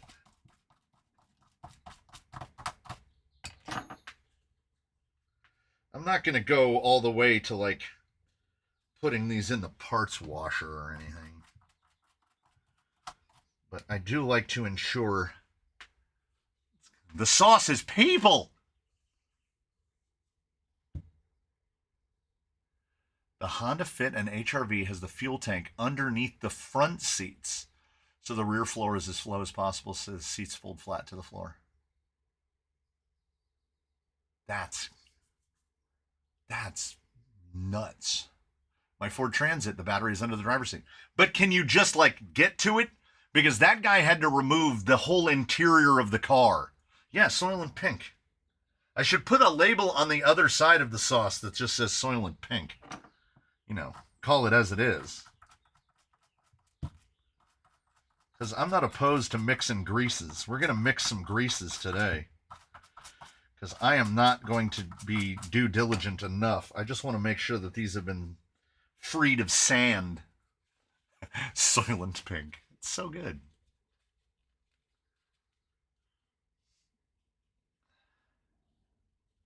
You got to pull the front seat out. Oh. Yeah, like when I had my Honda, I don't know if this is common to Hondas. Mechanics! I had the 1.5 liter single cam, what, D15 B6? Something like that in there. And for whatever reason, the way they had oriented the wiring in that particular Honda, the corrosion, you know, I call it the toothpaste fuzz. Looks like toothpaste. It's fuzz that makes your fingers tingly.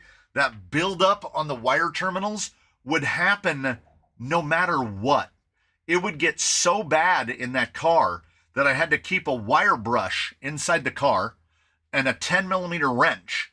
And I would loosen the positive terminal, wiggle it, scrub it around with the brush, and then I could start the car. Like we would go to a movie, we would come out to the parking lot and the car wouldn't start. No click, no nothing. Just the toothpaste fuzz, right? So finally, I went and ordered I still get the emails from Arizona Wind and Sun because they had ultra high flex double aught welding cable, and I ran ground and power to the trunk, and I put the battery in on the passenger side. We made a little well for it, and we put the battery in the passenger rear corner of the trunk with giant, and then replaced the engine ground, the chassis grounds. So replaced all the little dinky flex cables and everything. Replaced all the cable, and I never had a single problem with that battery ever again until the lady with the Maxima rear-ended me and totaled my car. But the battery was still fine. I took that battery out of that car and I put it in my Del Sol and out of my Del Sol and put it in my TC, and I ran that battery for 2 more years. And then one day it just stopped going. So I took it down to Costco, which is where I had bought it, because I was still in warranty. At that time, Optima was giving those crazy long warranties. It had like a 5 years, 6 years, something like that warranty on the battery. Now, do they even warranty batteries now? So I took it down to the Costco and I said, this battery died before the warranty. Can I get like a warranty battery?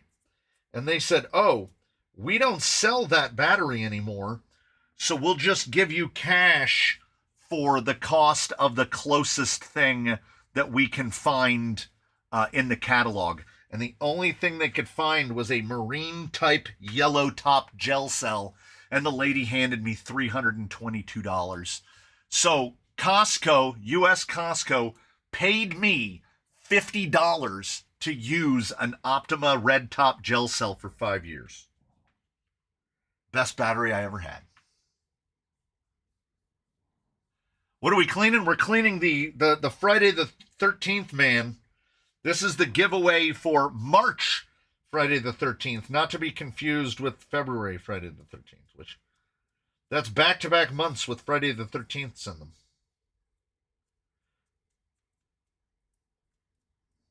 That's pretty clean. I feel pretty good about that. Ew. Yeah, I don't think I've seen... This guy is definitely... This guy's a binner. This guy came out of the bins. I don't think I should have taken the yellow top. Well, back then, mind you, this was 2007. You could get a lead acid back then for $60. So it wasn't a problem. But for those of you, we heard mention of subwoofers and car audio earlier. For those of you who know what a Memphis Bell is, I had a Memphis Bell in my Honda. So that battery had seen some stuff. Overcharging, now that somebody said it, is also possibly related. As I had a 135 amp rebuilt alternator in it. Because otherwise, the Bell would pull so hard that it would turn the car off. That's how you know you're basing correctly. The big amp feeding the sub portion of the amp feeding a pair of Elemental Designs 10-inch in a custom formed box behind the seat, and it would turn your vision blurry. It was pretty great. The Del Sol was great because it was like all the joy of a pickup, none of the convenience of a pickup, but all of the sonic effects of a pickup, which is you're crammed into a tiny little area with the speaker firing directly into your back. And man, not as good as a hatchback. I mean, if you want the free bass, you go hatchback, but it was a good setup. Yeah, my TC now, which hasn't moved in a long time, I'm eventually going to have to let give and let go and embrace my inner Elsa and sell it. It hasn't moved in a year and a half. That's all CDT Pro up front. Mid bass, mids, and tweeters, plus center stage. So there's 2, 4, 6. There's 8 speakers up front.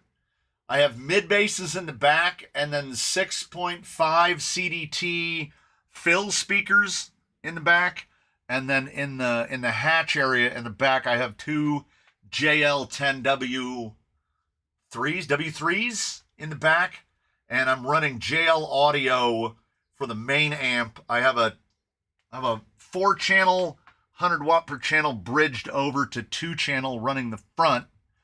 And then I have their big hybrid amp running into a single mono 2 ohm load in the back. It's doing like 1100. But the loudest I ever did, and the phase that I'm thankfully out of, was when I had a Mitsubishi Mirage back in the 90s. And my Mitsubishi Mirage had 2 JL12s on a free air in the back, and it hit 147. Hit 147 on a meter on the dashboard. It was, and just because of whatever the size or dimensions of the trunk, it was real loud. Real loud.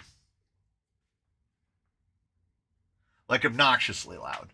The loud that if somebody drives down my street and is doing that, I'm like, I hope something bad happens to that guy. When, 30 years ago, I was that guy. But I got out of it. I'm the guy now that goes down and does the thing that I, as a younger man, swore I would never do. I go to the dealership and I get the car with the aftermarket Premier audio, and then I just don't mess with it ever again. Because luckily, the only thing that saved me The only thing that saved me after all these years, and didn't save me of tinnitus, I have enough of that for 3 people, was we'd go to all of them. We'd go to audio shows. We would go to sound offs. You name it. I've been in the stroker van. I've been in what was the one, the Boss Cannon? Like, I've sat in all those things, right? I earned this tinnitus. That ringing in my ears is to remind me of better times long gone by. And I learned very early on, and it was Blaupunk did it to me.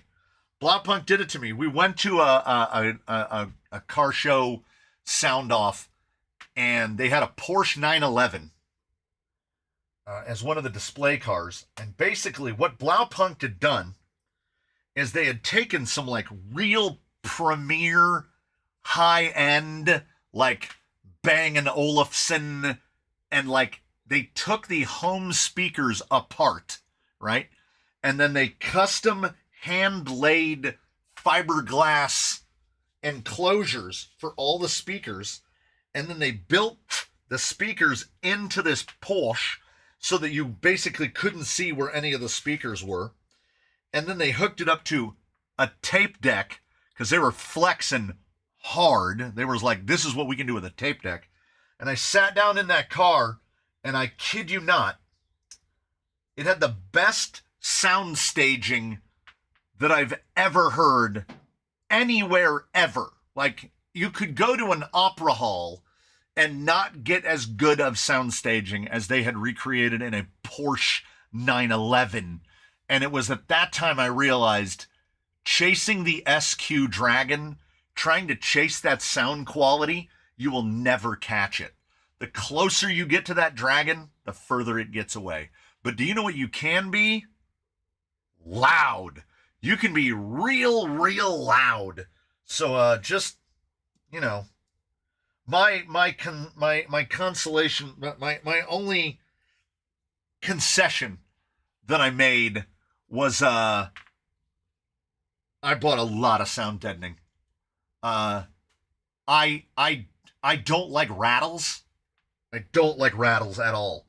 So my Scion has got over 200 pounds of sound deadening in it, all in the quarter panels, all in along the hatch area, all along the sides of the trunk, because those cars would, the door panels, my inner door panels are all replaced with sound deadening mat, because that just makes it louder.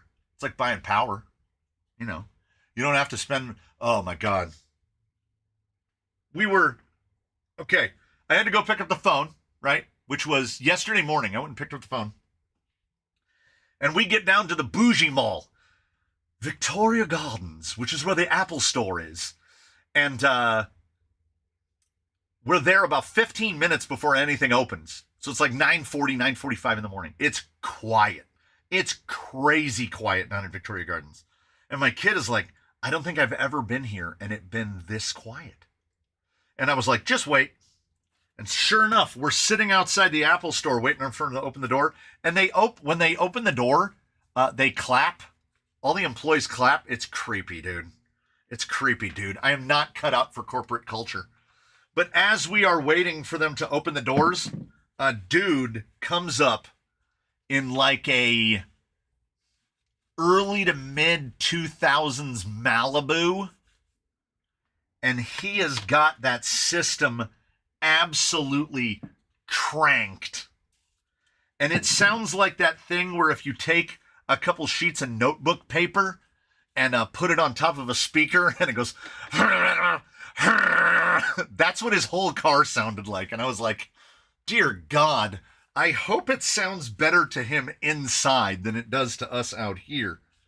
Because I don't think whatever his desired result is, I don't think he's getting it.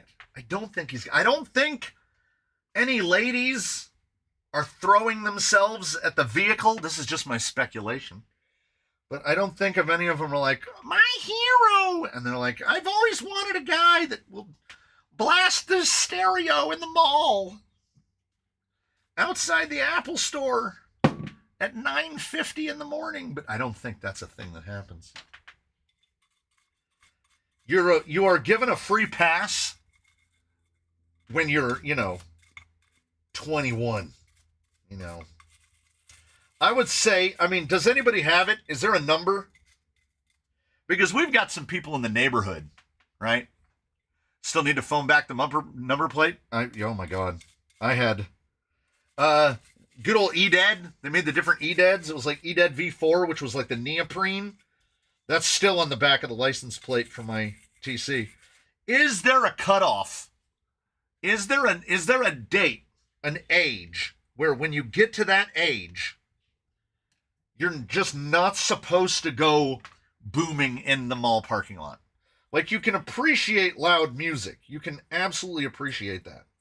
Like, I've done this before. Wait, okay. You're going to have to bear the turn-on thump.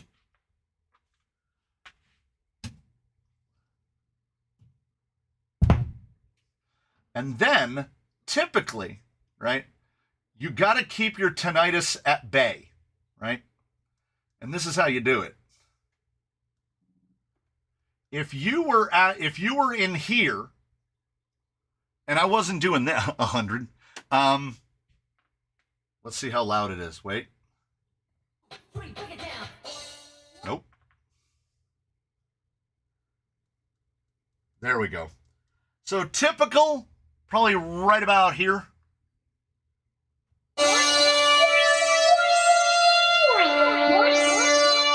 If we stop under 10 seconds, they can't get me, right? It's like, it's either I hear that or I hear ringing all the time. So we're just gonna play the music loud. And as my wife says, that's how she knows I'm home. She knows I haven't gone anywhere.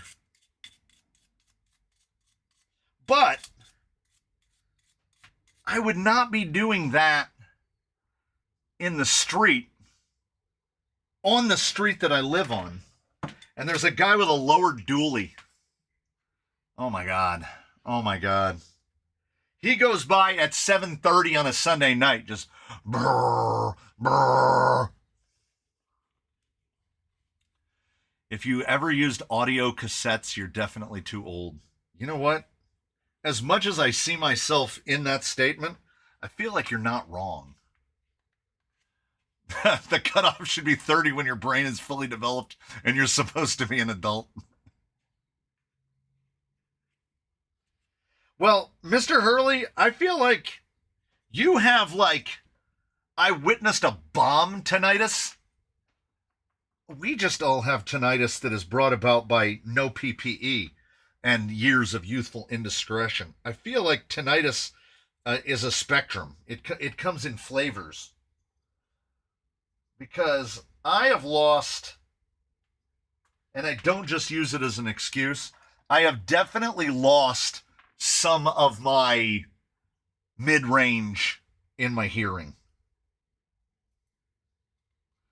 Because sometimes, particularly if the environment is noisy, my wife will be standing right in front of me, and she will say something. She will utter a phrase, and I see her mouth move. I see it. And I hear nothing. Absolutely nothing. It just gets overwhelmed by all that noise. You're just begging to get your vehicle broke into if you're doing that in any parking lots? Yeah. Especially now. A level of maturity I'll probably never reach. Still sporting a lower dually is awesome. Every time I see a lower dually, I'm like, what is that guy? What is this guy's plan? It's like Jeeps on low profiles. And this is Southern California, so you can be sure we've got Jeeps on low profiles.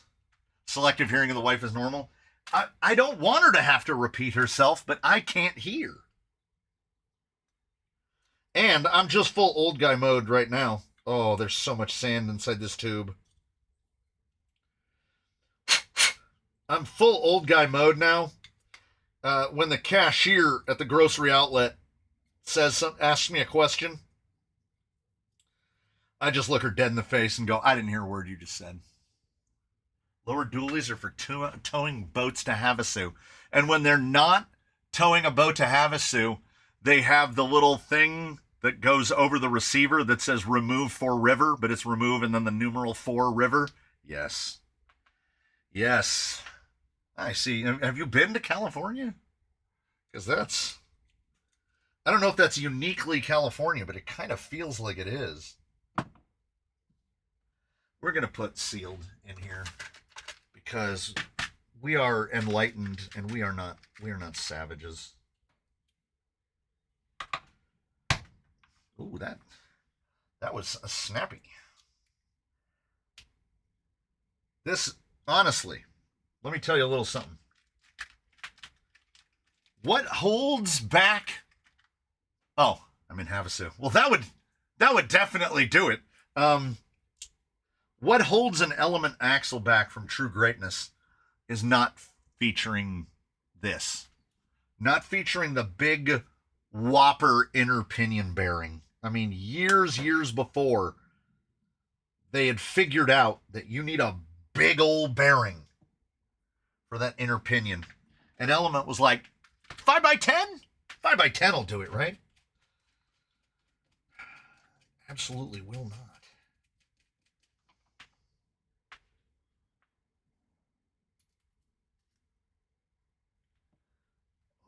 I'm going to go through half a roll. If you own any truck or Jeep on low-profile tires, the guy who mounted and balanced your tires hates you. I just got done mowing 4 acres, just checking in. Now I'm downing my roid juice for the afternoon. Arizona is reasonably close. Yeah, we can drive to Phoenix. We can go on the terrifying freeway past Sky Harbor in about 4 hours. So, yeah. But here's the thing. Is Mr. Hurley comfortable never seeing ice or snow again? Because he will never see it again. Well, I mean, I guess he could move to northern Arizona, but then he would be a bit farther away. I know. I've been watching to see if in the camera, the blue threadlock looks like a streak of barbecue sauce at this point. I've been waiting for it to run all the way off and onto my bench. I usually like to set a tool in it. That's my go-to. I don't pay attention. I set my drill driver right down in it. Have I ever raced 1/8 nitro buggy? I have only owned one nitro vehicle in my whole life. No, it's very similar to my track history with bicycles, where nitro is just an abominable pain in the ass, and the only people that are like racing nitro nowadays are the people who are paid to do it. So when electric, I started with RC very young, and then I would fall out, and then the technology would get better, and then I would come back, and then they would make a new thing, and then I'd come back again, and now I guess it finally stuck. It took a long time to stick, but I've been in and out. I've been in and out of it so many times. When you start in 85, I imagine I would have a very different history with RC if I had never taken time off. I mounted and balanced my own low pros for my Jeep. Low pros on a Jeep. You gotta let me know. Like, what is the what like I don't get it. Like what is it? Like, the Jeep to me has never made any sense. And my brother-in-law owns one. It's parked right over there. It says Moab on the side of the hood. And every time I see it, I think mother of all boats. Because obviously that's what Moab stands for. But like, what is it that draws people to Jeeps? And like, if somebody said that I could get a 1941 Willys, I'd be like, where do I pick it up? But like modern Jeeps, I've got a sister-in-law that's crazy Jeep too. Loves Jeep, on like her 3rd or 4th Jeep. And the Jeep she had before her current Jeep got lemoned. got full lemon lawn. And then she bought another Jeep. I guess if I'm on the outside looking in, I'm never going to understand it. I'm never going to understand the Jeep thing. Ah, Sam Stevens has a 47, see? Classic cars obey their own rule set. Because people will go to great lengths for the things they do for classic cars. Low profile tires on a Jeep is like seeing a big burly construction worker, high-vis yellow and covered in grease, but he's wearing 6-inch bright red stilettos. I don't like working on Chrysler. I have 206 TJ and an LJ. Best vehicles I've ever owned by a long shot. And they're just pure joy to drive. They have huge aftermarket support and have a big history. There you go. My dailies on 35s. My Jeeps are older and for off-road. See, that's the thing. Here's where I feel bad for you Jeeples. For you Jeep peoples. Okay? There's somebody put up a fence, right? And you've got the Jeep people on one side of the fence and you've got the Jeep people on the other side of the fence. One guy is like, I just like my old Cherokee. We take it out and we drive on forestry service roads and stuff and we have a great time. And then the other guy is like, I like to collect ducks. And realistically, those are both viable things to do. It's absolutely fine. But somebody is going to take jabs at the duck guy, and somebody is going to take jabs at the other guy. Oh, you're just pretend four-wheeling. Like, I don't... And it seems almost unique to Jeeps. Like, what Jeep faction are you? What is it about Jeeps? Like, I have understood, like, the artificially manufactured, you're either a Ford guy or you're a Chevy guy. But it's like, within Jeeps, maybe it's just my impression from the outside, but it always feels like Jeep versus Jeep. Like there's those Jeep people and those Jeep people. I can't think of another vehicle not unique to Jeeps. What else gets it? Like Land Rover Owners Group? See, now that I can't speak to. Seeing Land Rovers here is exceptionally rare. Like it's like when Mr. Cross from the land of Dragon Eggs and LC80s, we were like, LC80s are cool. And he's like, they are literally a dime a dozen around here. We don't get them. We never got the LC80 here. So we don't, like, if something has a Land Rover badge on it, it's that new abomination that, what they're calling a Land Rover now. Like, what is it, the Evoque? No, that's just another crossover. Okay, so Land Rover is the UK's Jeep. Yeah, see, Mr. Hurley likes 90s XJs, and that's it. Yeah, this is Southern California, so we have overlanders everywhere. Do they actually overland? I don't know. Does it even matter? Does it ultimately matter if they do or not? As long as they're having a good time.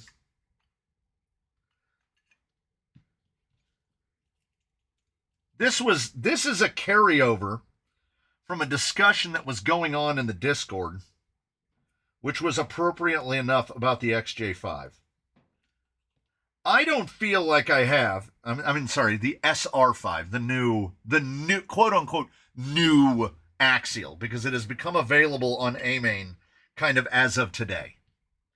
I don't overtly have any problem with it, right? It is rehashed, and it's a little bit of old, and it's a little bit of new, and it's a little bit of question marks, and my issue with it is that I don't believe that it's worth $500.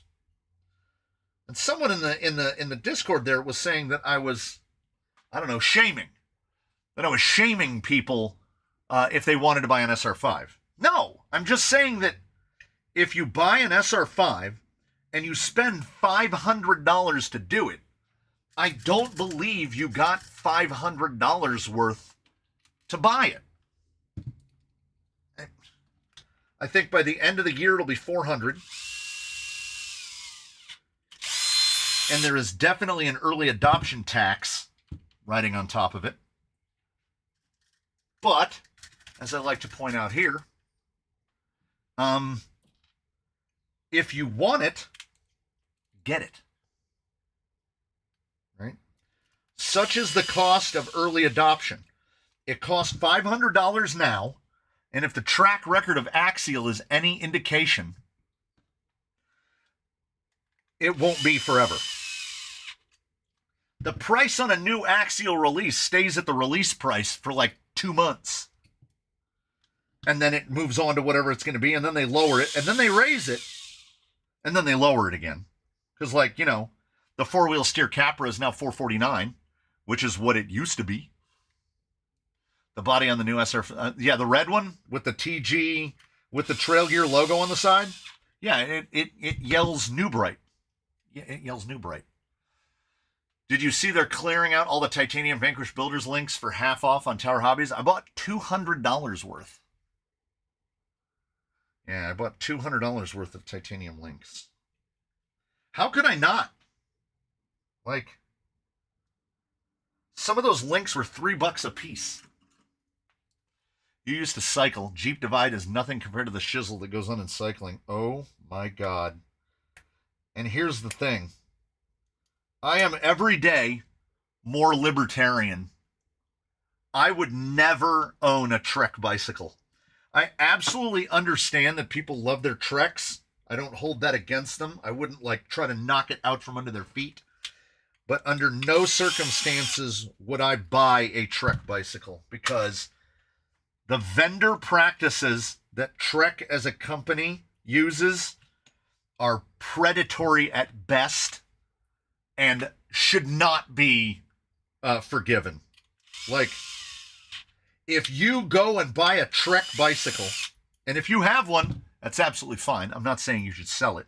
But what I'm saying is, if you go and buy a Trek bicycle, it is the rough equivalent of going into a place, going into a Nike store, and the person at the Nike store says, we now are required by law to provide a card. We hand out a card that shows what children in the sweatshop made your shoes.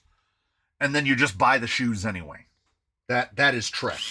And as pointed out, I would disagree with Hunka Love that Specialized is just as bad. I would say Specialized might be worse, because especially if you ask a man who ran a little eatery and coffee joint called the Roubaix Cafe, where Specialized tried to sue him because he was using the name Roubaix, and Specialized wanted to claim exclusive ownership and rights to the word Roubaix, despite the fact that last time I checked, I'm pretty sure it's a reason in France. I'm pretty sure that it's a place in France.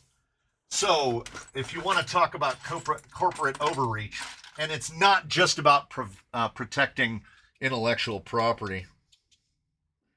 Yeah, I've never owned a Specialized either. And I learned about all of this I did side work a lot with my local bike shop. So I got to hear from the guys at the back end what it's like to try to deal with Trek and Specialized. So my lifelong bike shop doesn't carry Trek nor Specialized. They carry, you know, Santa Cruz and Cervelo and all of the other Canyon, you know, the expensive ones. Why do 3 servo slots and make one in use too narrow? I think I see what you mean. There's a long-running race in Paris with that word in the name. Yeah, like the Paris-Roubaix. Yeah. So they tried to sue that guy. And, you know, he's a little guy that owns like a cafe. So he doesn't really have the money available to fight off corporate overlords. I wish that I could tell you if I remember. There's a place in France and has a lot of cobbled roads, which make a lot of accidents. Yeah, the Roubaix stage. But, yeah, the fact that they were like, let's sue this guy for using Roubaix. Sure, all your bikes are Canyons? I ain't got Canyon money. That's crazy town. I have a Ritchie, and the Ritchie was, We the People released a full suspension BMX bike. Full suspension BMX. We are living in the future. So I have a Ritchie, and the Ritchie is very much in the spirit of things that happen around here, which is I ordered a frame and fork and built all the rest of it up with parts. So I call it a Ritchie because the frame is a Ritchie. And then I've got a Cervelo R3, my dentist's bike. Good old dentist bike. I love that Cervelo. Anybody who says a bad word about Cervelos has never ridden a Cervelo. I also got it, it had been designated for clearance because it was already too old. Like, Ultegra 8000 was already out, and I got one with 6700. I'm definitely not in the category of group set snob, though, so I'm absolutely fine being a couple generations back. Someday, I theorize, I can't promise it, someday I'll get back on a bike. I'll get back on a bike. Oh, a Klein. And I also have a single speed that I built by ordering a frame from Bikes Direct. You know, your one-stop shop for only the finest. And because I was looking at a couple places like Vanilla, I was looking at a couple boutique frame builders to get a frame built, basically a disc-lugged frame to be built for a single speed, which is not a thing that occurs very often. But Bikes Direct did happen to have a frame that was lugged for disc because this was because I had a set of wheels. Oh my God. I need to sit down again. I just had a violent revelation. That I've been traveling in the same patterns for my whole life because I built a bike because I had a set of wheels. I literally bought all of the parts to build a bike just because I had a set of wheels. And I only had a set of wheels because I had gotten the deal of a lifetime on a set of, and I know there's a lot of feelings both ways. I got the deal of a lifetime on a set of Crank Brothers wheels, iodines. And the downhill mountain bike race guy would be like, "You're going to kill yourself." And I go, "I put these on a road bike." And then he would go, "Oh, that's fine then." And I bought a set of Crank Brothers for $300 out the door. And then I was like, well, now I need to build a bike that fits these wheels. And they're disc wheels with an XD driver on them. So I had to, luckily, someone makes a cassette. No, I made it. I had to think back. I then got a single speed cog ring that fit on there, and then I made Delrin spacers to space the cog so that I would have the correct chain line. And then I put a power meter on it. Yes, of course, my single speed bike has a power meter on it. And I would ride that bike whenever I disliked myself more than usual. It was very good for that purpose. It was also a partial response to a guy I used to ride bikes with every now and again was a big proponent, was a big spin to win guy. He was a big spin to win guy. And he would be like, well, I had to change my, I'm going to do the guy. Yeah, man, I had to change my chain rings because I just wasn't getting like the optimal, cadence, right? And like it was really messing me up on those longer rides. And mind you, this guy, and this is me being a Jeep person, basically. He'd be like, I couldn't get my cadence the way I liked, and it was really hurting me on long rides. And a long ride for this dude was 25 miles. A long ride for me was anything over 100. When we're getting into the range of a double metric of 200 kilometers, that's a long ride. So he had to get his cadence super optimized. And I was like, dude, at least once a week I ride a single speed, and my average cadence for that ride is going to be like 64, because when I'm going up a hill, my bike is like, I'm going to kill you now. Oh, if you want to see me go full Jeep person, ask me what Crawler City just did, which is single speed versus fixie. Single speed, 1,000%. Reason number one to ride a bicycle is because you can travel 3 times as fast for the same energy as walking. Okay? That's why we ride bikes. That's why the Dutch come out of the house, get on a bike, ride it to the place, get their thing, ride the bike back to the place, right?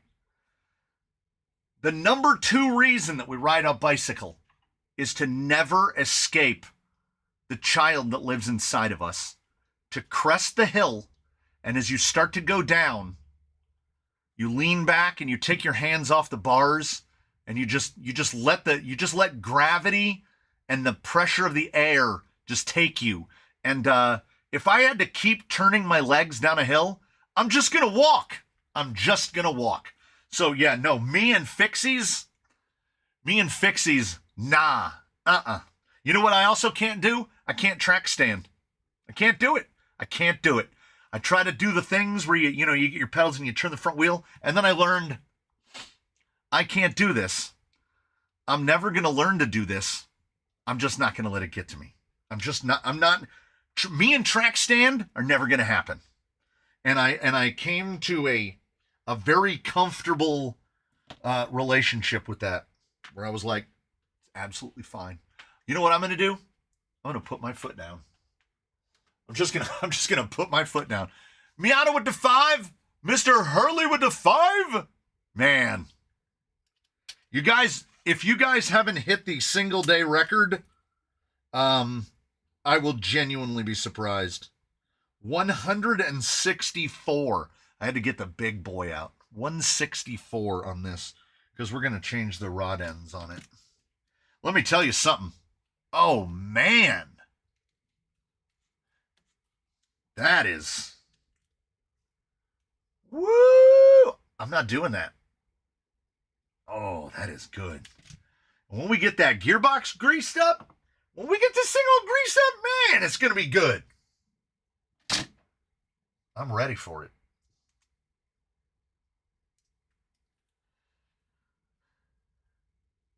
Yeah, I don't know how, like, that is dodging supreme. Yeah, where is Mr. Hiscock today? Where's that guy? There's a bunch of the other British on here. Where's he at then? Oh yeah, no Spaniard. Oh. Is it wrong that, like, I kind of hadn't noticed until now? That guy, don't get me started on that guy. And I get it. People got stuff. This just happens to be my Friday stuff. I look forward to this, man. I tell you what, I really do. And I'm already looking forward to next week. He's working on the website. That's the funniest thing that's been said today. The Canadian coming with the jokes. Now see, Hugo trying out different colors of lipstick is, wow. That could be interpreted as offsides. That right there, that's pretty good. Whew. That L'Oreal job, man. That's what it is. He got that L'Oreal job. I realize I'm like way over here. He got that L'Oreal job, and now he's too good for us. Just think of how different this whole environment could be if any of this had been constructed with any of this in mind. It was not. It absolutely was not. This is a workbench. And then one day I was like, well, you know what? For the next year, like what have I done this year? Nothing. Just a lazy piece of crap. Like, what did I... Oh, no, that's right. I did the whiteboard thing. I'm actually ahead. Like, I make videos on time. That's my change. The change for 2026 takes place behind the scenes. But, like, one year I added memberships, and then we started doing live streams. This year, it's all off-camera stuff. But it has made life easier for me. I don't know about for you. And don't forget, there's 3 videos on Sunday. So if anybody had thought that he had cured any problems that he might have, don't you worry about that. No, those problems still persist. Because now I have it actually scheduled out, where I'm scheduled out a couple days in advance. Like, I'm pretty sure... Oh, I like that. If you give me a year to get ready for 3D printing, I might be able to do it. I almost spun this, and I'm afraid one of the bearings would fly out.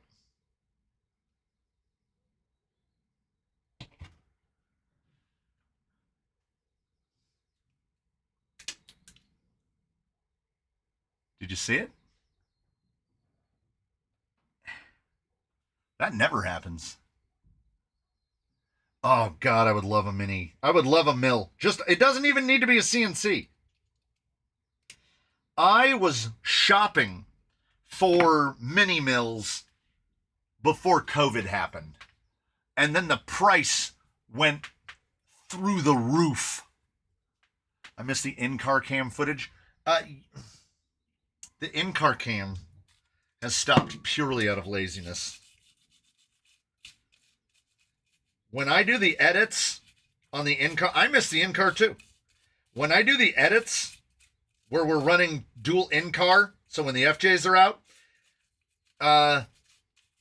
the edit on that video takes like 3.5 hours. As it stands right now, Wheelin' Wednesday is one of my shortest edits of the whole week. I edit that video in like 20 minutes. It's immensely relaxing. So, have you taken the new printer out of the box yet? No. I did move one step closer though, which is I stopped using the box as like a place where I just set stuff. So I did that. But yeah, it is I have no defense for the lack of in-car. But then again,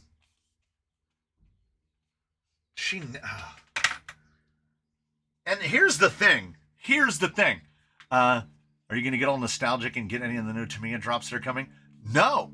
See, I can avoid that because I didn't get a Tamiya rig until I was like in my 20s because I couldn't afford. Like, I had a guy that had a Hot Shot and a guy that had like a Super Avante. Those things were expensive and they broke all the time. All of my Tamiya rigs were models. I used to do a lot of Tamiya armor. I built a lot of Tamiya models. But yeah, I don't have, they can't retro me. They can't get me on the nostalgia. What about the old Radio Shack trucks? I never really owned non-hobby grade RC cars either. Like, I never had Tyco. I never had any of that stuff. I went all in. I guess I just lived at that perfect time when during the the genesis of toy cars. I was big Lego back then. Lego still haunts me.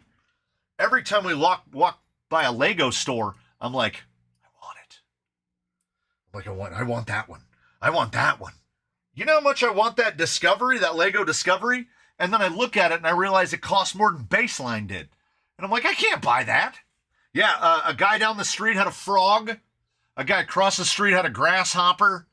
And I ended up with the Ultima, with a Kyosho Ultima. Because I remember the Ultima kit was like $139, which if I think about it in retrospect, geez, where's that? What is it called? Like the inflation calculator?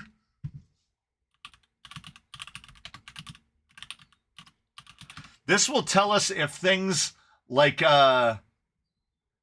this will tell us if the price of things like RC10s now are relevant today. So in 1985, I would have paid 85 or 86. It was $139. In 2026, it would be $420. So I guess that's about right, isn't it? I guess we can't complain too much. I'll be dang. We lost Ultimate RC to Lego. Never again. Yeah. Oh.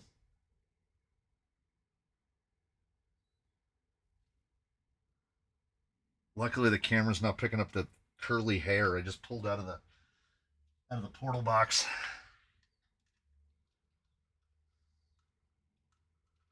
I'm not worried about it, though. These have all been very long hairs. If we had any short hairs, I might feel differently.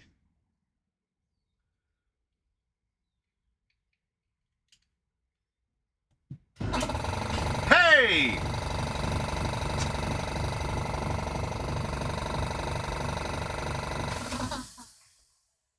It leaks. It leaks just enough. Crazy thing is that a Stampede cost almost as much as my first car. Paid $400 for a '93 Olds Cutlass Sierra in 2005. Oh, well, I have a couple bonuses. One is that compressor is very quiet because it's oiled and it's old. It's that loud because of its proximity. It's like 8 feet away. It's right over there. The microphone is basically pointed at it. And it's got fiberglass around it. I can't get it any quieter than that without moving it away. Yeah, it's a lot of, this is all M2.5x6. Hello, everyone.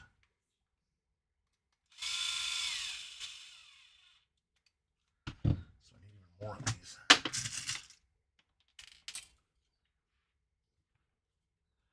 I would love the Lego UCS Millennium Falcon, but it's $800, and where would I put it? Yeah. And, you build it, and then you go, now what? Wasn't that loud on our end? Oh, well, that's good. Yeah, even my portables, I have 2 portable compressors. I'm not a pancake guy. Did you suspension guys video on Pro Crawler's revolutionary shocks? Oh, are you talking about the Proline ones? What with the negative springs? Yeah. The thing that nobody seems the what is it? People aren't saying the quiet part out loud. Which is there's a great number of these shocks that are just desert lizards. But everybody talks endless smack about desert lizards. So which is it? Are we supposed to like desert lizards or are we not? I don't understand. I'm not complex enough to figure out the subtleties. They're like, oh yeah, this These new Proline shocks are revolutionary. And I'm like, those are desert lizards. How much are desert lizards in Scotland?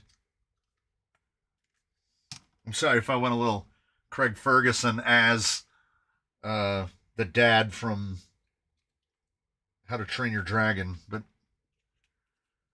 that's how I hear Scottish.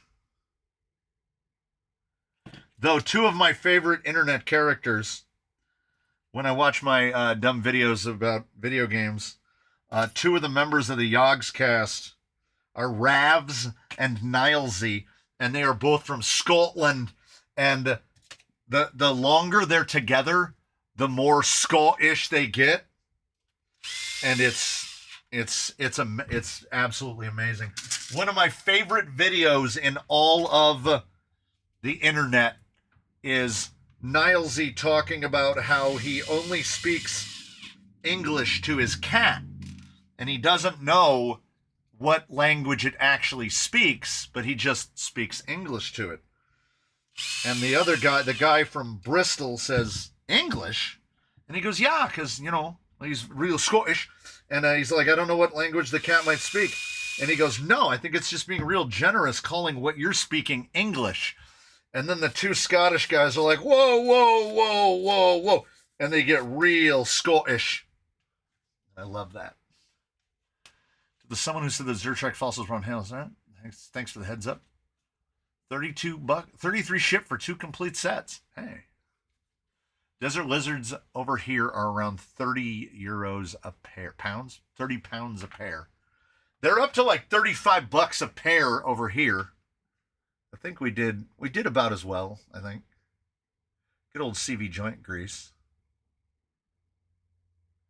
I have long said that Lewis Brindley is my spirit animal because he was a grumpy old man before he was 30.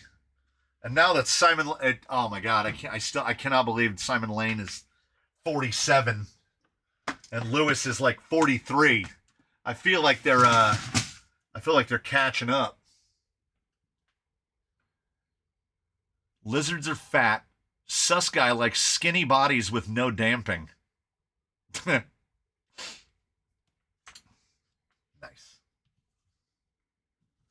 Here's the thing. If you're committed to doing it, you can make any.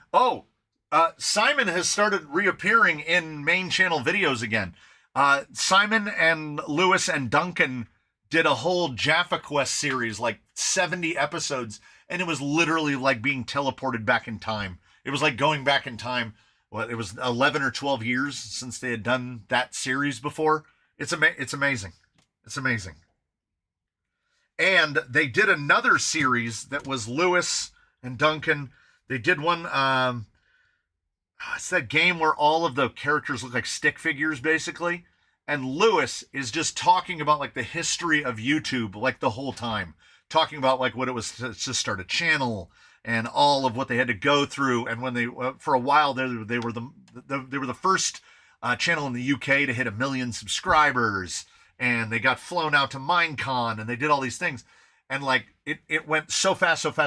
And then YouTube started pivoting away from video game content and started pivoting towards influencer content because it's not as easy to monetize video game content. Like you can't set up the YouTube shopping marketplace for people that are playing video games.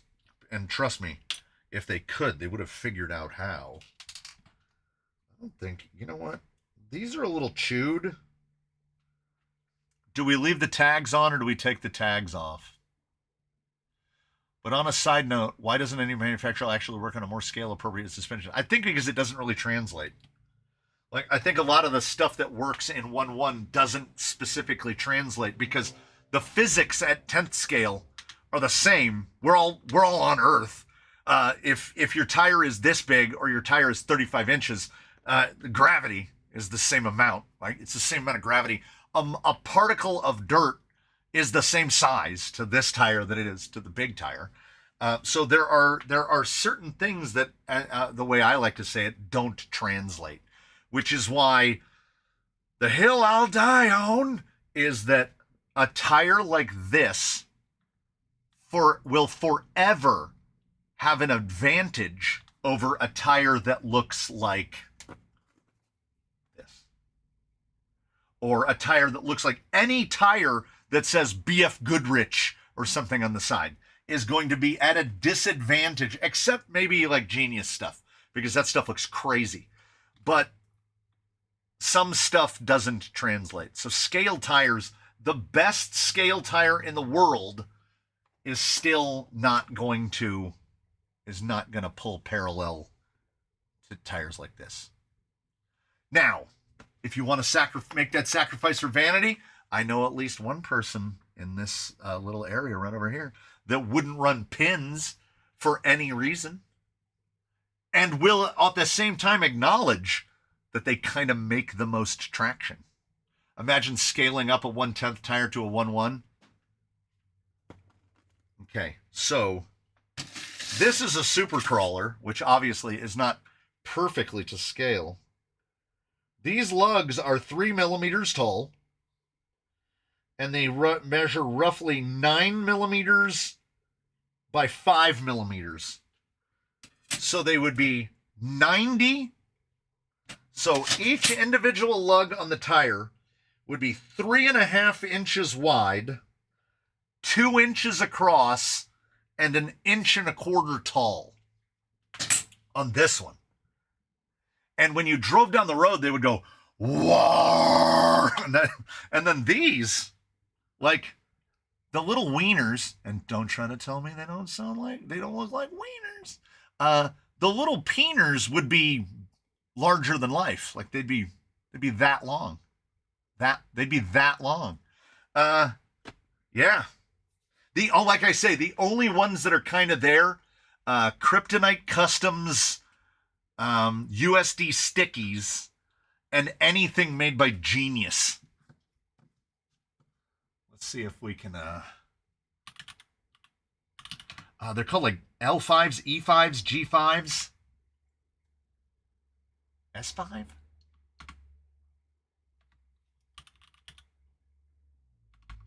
I'm fat fingering the keyboard pretty bad.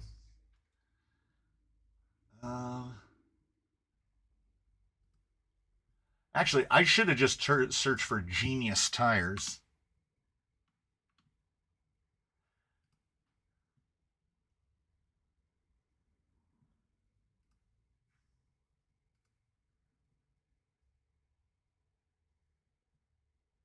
Yeah, okay.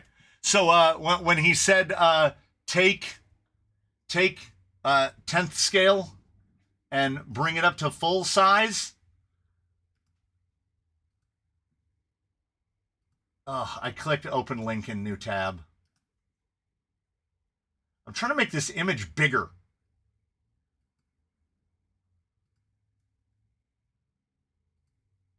There we go. Okay.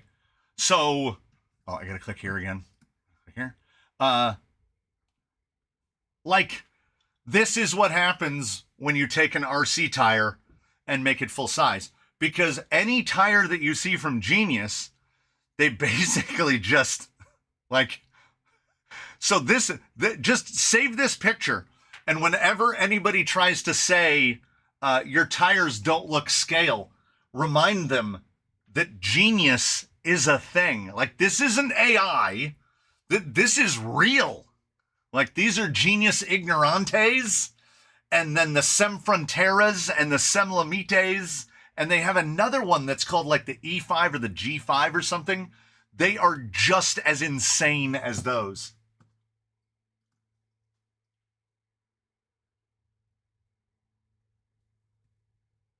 The most aggressive tires in the world.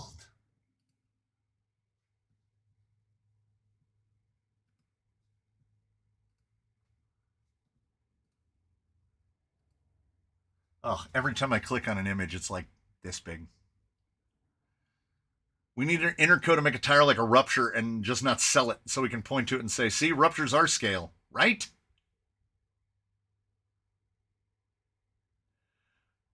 Could you show your Wheeling Wednesday GoPro mount? Oh, yeah. Yeah. Yeah.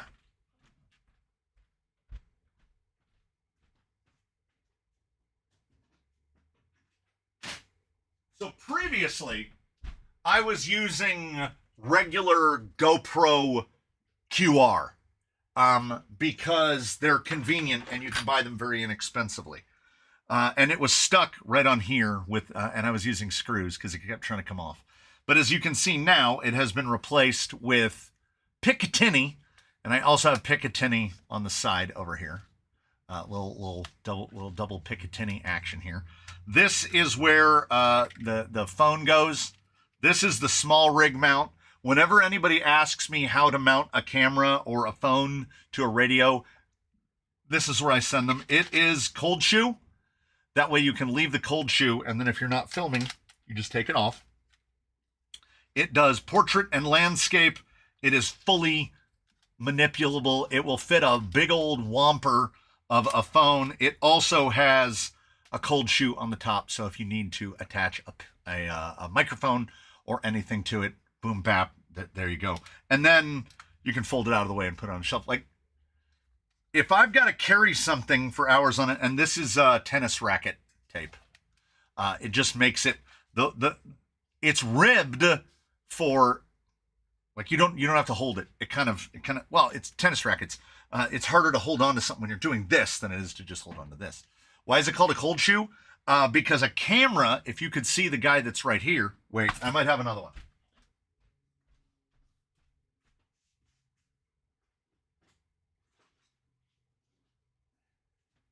Nope, he doesn't have one. So a regular camera will have what's called a hot shoe, which will be the exact same size as this, but it'll have 4 little dots in there, and those are powered because it can power things like flashes and stuff like that. So this is a cold shoe because there's nothing, it doesn't do anything. It's designed to hold these little squares. And you have any number of things that use cold shoe mounts, monitors, receiver packs for microphones, you name it. They all mount to this cold shoe standard. So then onto this, because somebody was like, I think they have actual tiny little guys. So onto that, we've got this little guy with the thumb lever, which locks to the Picatinny, and then it converts to GoPro. So that's GoPro. And then I made an aluminum adapter, which has the 1/4x20 in it so that I can thread it together. And then this is bicycle grip tape, and we just keep going. This is a 1 meter carbon fiber tube. It is cut down. It has the same adapter at the end. This is a battery pack so that I can run the GoPro longer. And then this is the adapter for where the microphone plugs in. This cable goes up to the microphone. We usually have a microphone right up on top of here. That is because syncing the audio and everything is nearly impossible unless you have multiple audio sources. And then this is a cam cooler, which is fantastic because here in the summer, the temperature on the ground will be 120 degrees, and I don't care what camera you're using, it's going to overheat rapidly.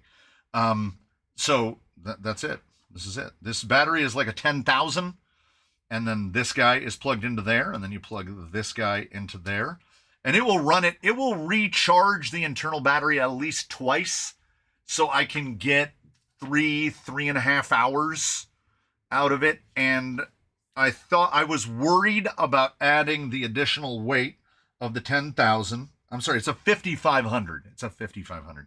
I was worried about adding the weight, but it had this form factor because this little swivel guy is part of the battery. They intend you to use it like this, to just hold it and use it as a handle. So it's a battery handle. But I mounted it like this, and it works great because sometimes you'll see me, change the angle.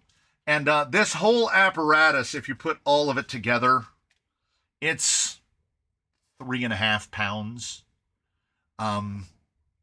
So it's manageable. And honestly, from where it was before, going to the 50, basically what it does is you'll have your regular battery is in there, but through the box, it's using this like a charger. It's just treating it as a charger.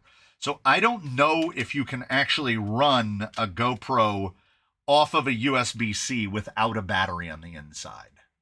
But the battery stays basically fully charged. I'm sure I'm drastically shortening the lifespan of that battery by just topping it off and topping it off and topping it off. But that's fine, because before I went to the big adapter, I bought a 3-pack of batteries, and I have 5 GoPro batteries. So I'm not explicitly worried about it. They're gonna last absolutely long enough. I don't think I have to. No, these feel great. I don't have to mess with these. And these are indeed, they're pink band. Pink band? What? What are pink band? Did they change something on Coyotes? Fellow Coyote owners unite.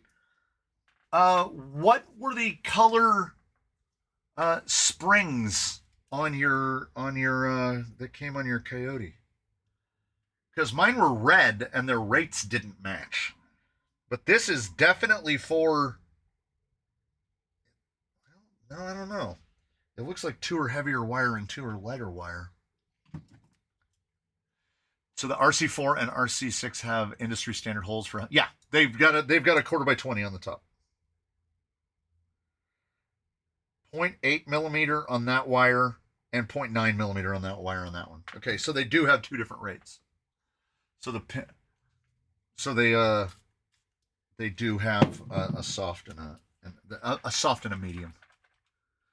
You do want to let a battery die every once in a while and then charge it completely to get the lifespan to last longer. Yes, sir. Silver with a red stripe.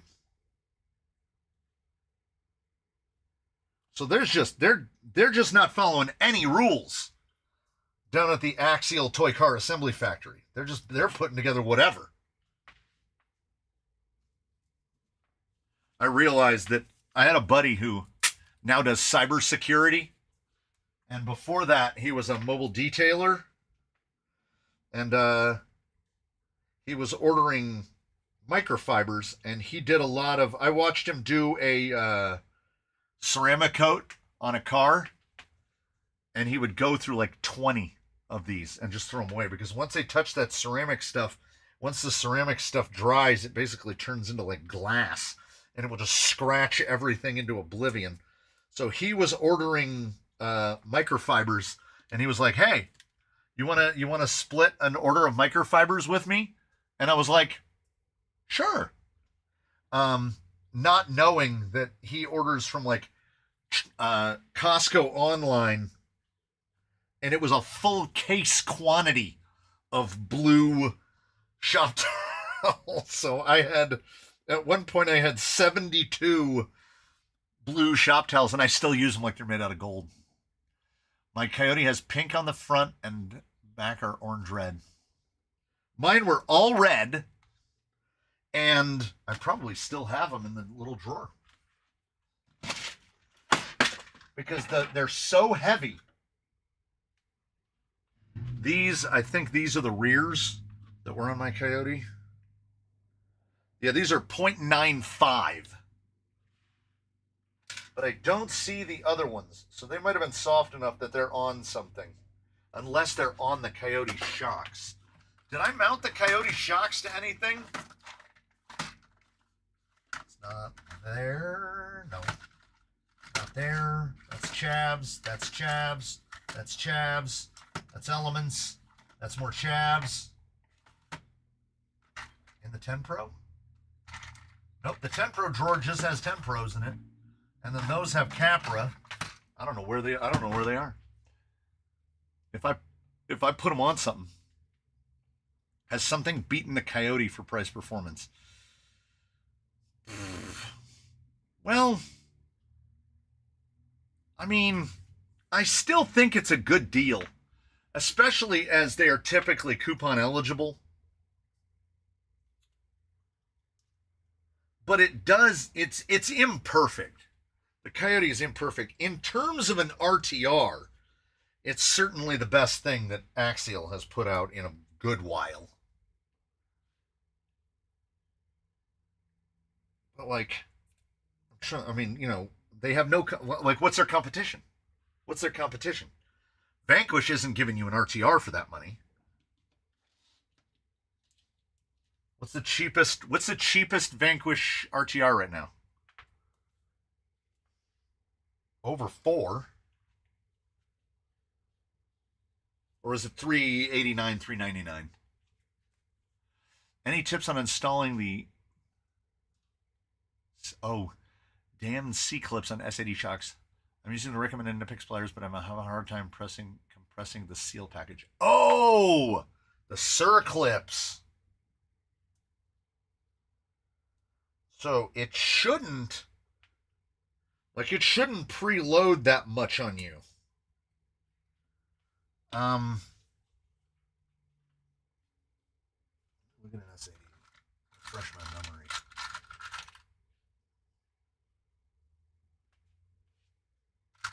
That one has its clip gone. That one has its clip gone.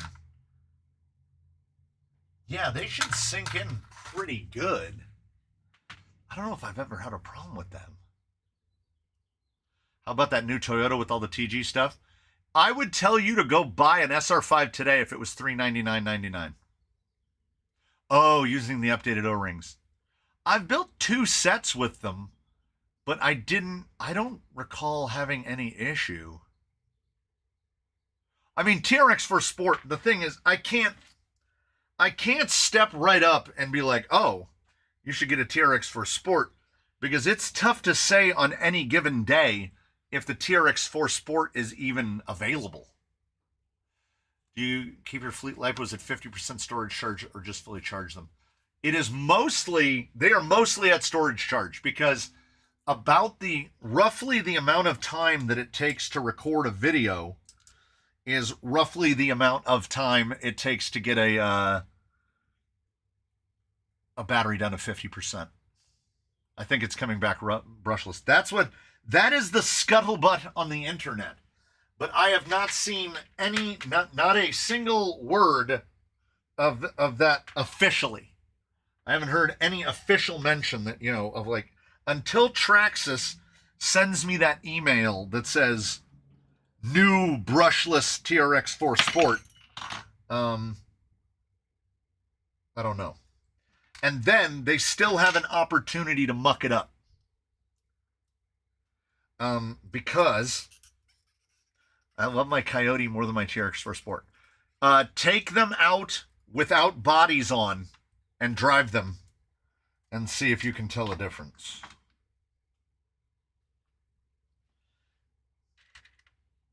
So Traxxas has the ability to muck it up, because if that brushless system comes and it's not 3S capable and it's not, I would rather them do something. I would rather them do a censored in-runner and a standalone ESC than like put an outrunner in it.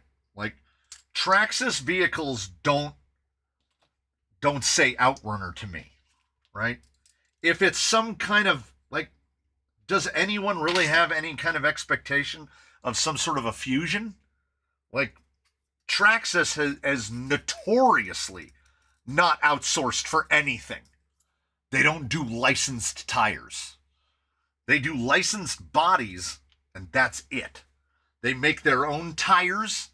They have their own line of Traxxas electronics. I've only heard about the TRX4 brushless on the Crawler Canyon Discord. Nowhere else, and Traxxas always has leaks. Yeah, I think somebody heard that somebody heard that somebody heard, but until I get that email from Traxxas, I mean, it makes sense.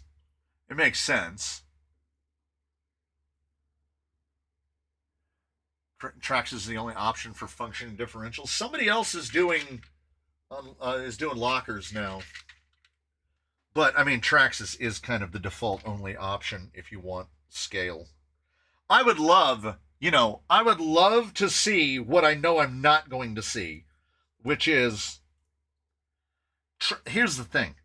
Traxxas has been at it for so long, and they've been at it with just the TRX4 for what, 8 years now? One model, 8 years?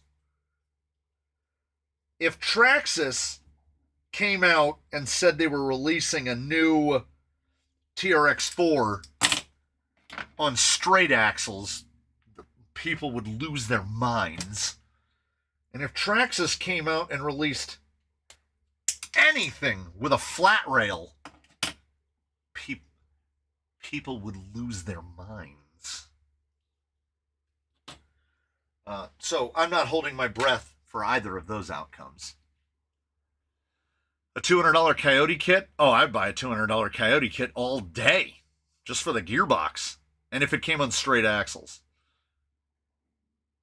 Traxxas Motors partner for Fastov is Castle, so low hopes on an end runner. Agreed. If anyone other than Redcat comes out and just puts a Fusion SA for their power system, that would be a major step over all the competitors. And you'd have to be somebody the size of Traxxas to be able to do it, because you'd realize you'd be putting a hole in your own aftermarket. Am I going to Bracket on March 15th? It looks like MSM is doing an event. Built my Coyote and prep for it. Would be cool to see there. This is the first I've heard of it, but that would be on a Sunday.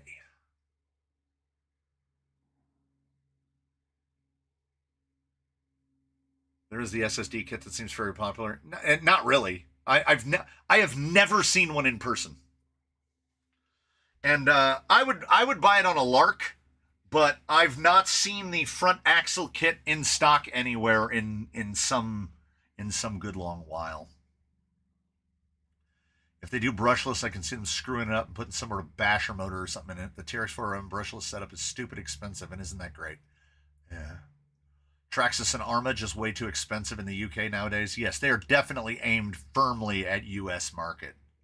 Traxxas is super blind to the hobby right now. Well, no, they've taken a blind eye to tiny toy cars that go slow. I would argue that in terms of RC as a whole, Traxxas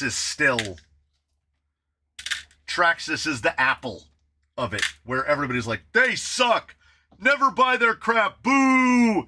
And meanwhile, Horizon is 5 raccoons in a trench coat, all these companies together trying to cover all these things, and they're constantly being compared to just the one company that's been making the one thing for years and years and years. Better chance of Hobbywing making an RTR crawler than Traxxas using a Hobbywing motor. Yes. Not everything needs to be constantly changed. If it ain't broke, don't fix it. But then how do you get people to spend their money again? You just keep putting new bodies on it. And here's the thing. I said this on the Discord this very morning. I said, Element has now taken to releasing press releases to say, we ain't going nowhere. Element is still living strong, and we're going to come out with something new real soon. Which, I hate to say it, but that's exactly the same thing that a company that has its head underwater would say. Like, the rats have already fled, and like, I want to have more hope for Element, but it is very difficult to have any hope for Element, because we've seen what the releases have looked by for the last 2 years. What was the last new thing that they put out? The XF Gearbox. We got to be coming up on 3 years on the XF Gearbox. And here's the thing, Element. You don't have to like the computer guy just said, they don't need to reinvent the wheel.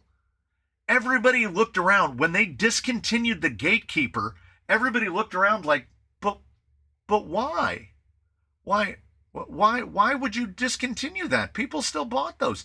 They could re-release Builder's Kit 2 today for $229 and sell out of them all day long.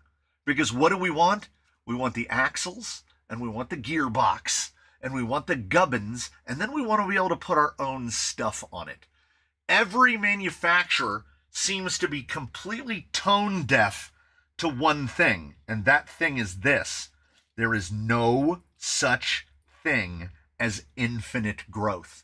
They all act as if customers are going to keep coming forever and just building the same things over and over. We're going to paint it a different color and they're going to buy it. SR5, little bit. Element. Just make the same stuff you made before. Have your parts in stock and you can take back a part of the market again. I'm watching a Gatekeeper Builder's Kit on eBay right now. Speaking of, if we want to see down a little bit, it's like $500. Yeah. I bought, I don't know, 3 or 4 Gatekeeper kits as low as, I think my cheapest one that I got was $179. And I sold the cage off of every one of them. I could fix Element. Send me down there. It's not that far. I can do it with parts they have on the shelves. I will mount a Gatekeeper cage to a Comp Fox chassis, but I'll put straight axles under it and some 525s, and people will be like, ooh, I'd buy one. I'd run it. Because the problem with the Gatekeeper, fundamentally, was that they put a full buggy on top of a full C-channel vehicle. I'd be fired as soon as I said pinion bearing. Yeah. Yeah, but see, as Hunkala points out, Team Associated is the king of releasing slight tweaks and making money. Element. Just make a new center part of your axle. Give in. Come here. Come here. Get. Element.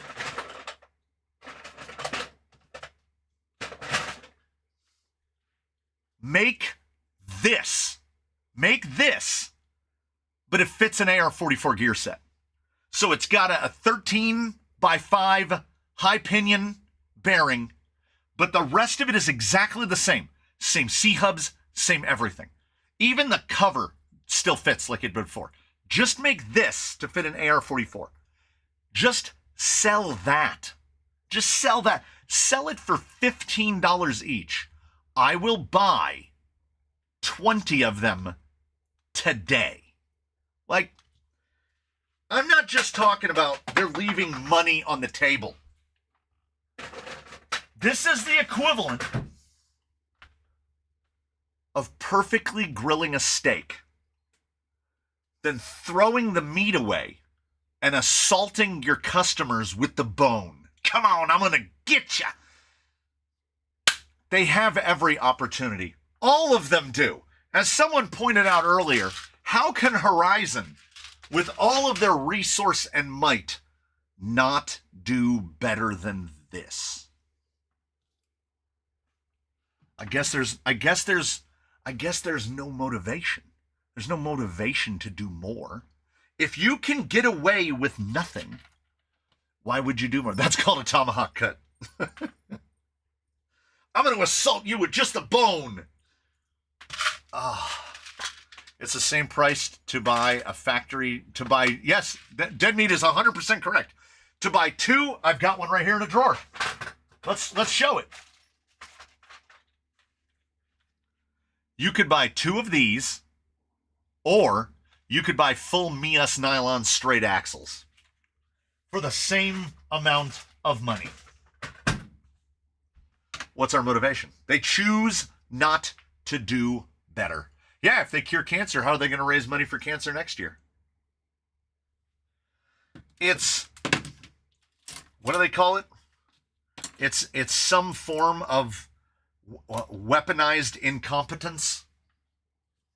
Oh, by the way, thank you, the man from Tennessee, for throwing, this is, I'm telling you, if you guys haven't hit the record for gifted memberships and super chats on a day, I can't imagine that it isn't today. It has to be. I'm going to open a tab over here. I'm going to go to Amazon. Cut to length drive shafts. 1988, 1999, 1890.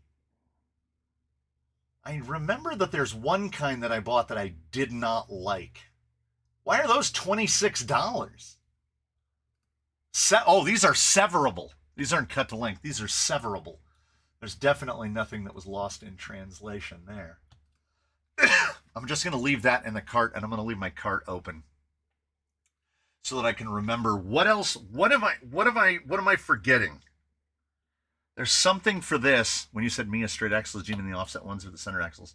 Oh, well, you can get the nylon portals for less. The factory team ring and pinion is $50.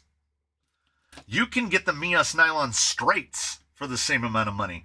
I've seen the portals for as low as like $32. I mean, 72, $72, like $72.99 for the portals. Did we ever see the adjustable links? Yeah, I used them when we were doing one of the builds. They live in a little bin over here. I leave the comparator with them, and then they've got the. Yeah, we used them. I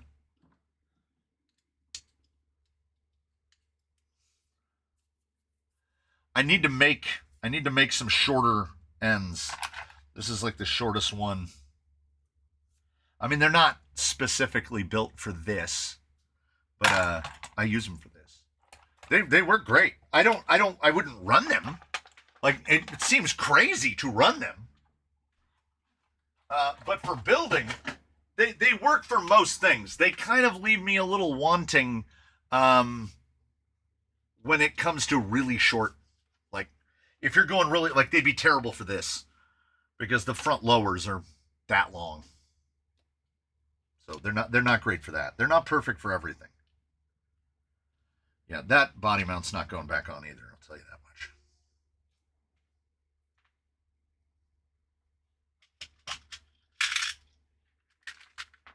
Just trying to clear a spot off here for myself. Because I keep forgetting. My brain. What has happened to my brain? Oh, right, got it. I'm back on board. $1 million. And they're like, that's not really that much money. I was of the generation, and I assume many of us are, where $1 million. Did you ever think $1 million? When you were like 8, 10 years old, $1 million seemed like an inconceivable amount of money. And now the house down the street costs $1 million.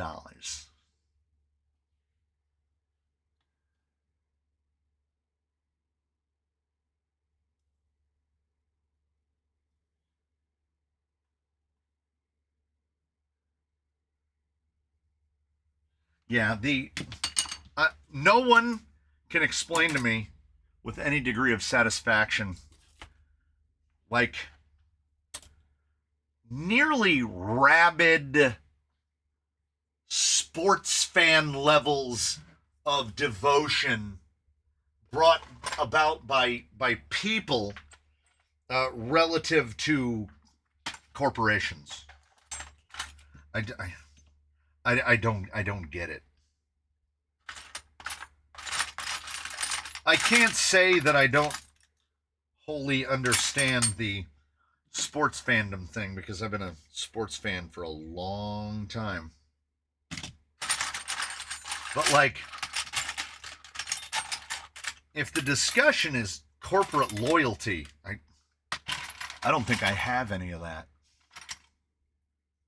The house hasn't changed or been upgraded. The dollar is just worth less. There's definitely something to that.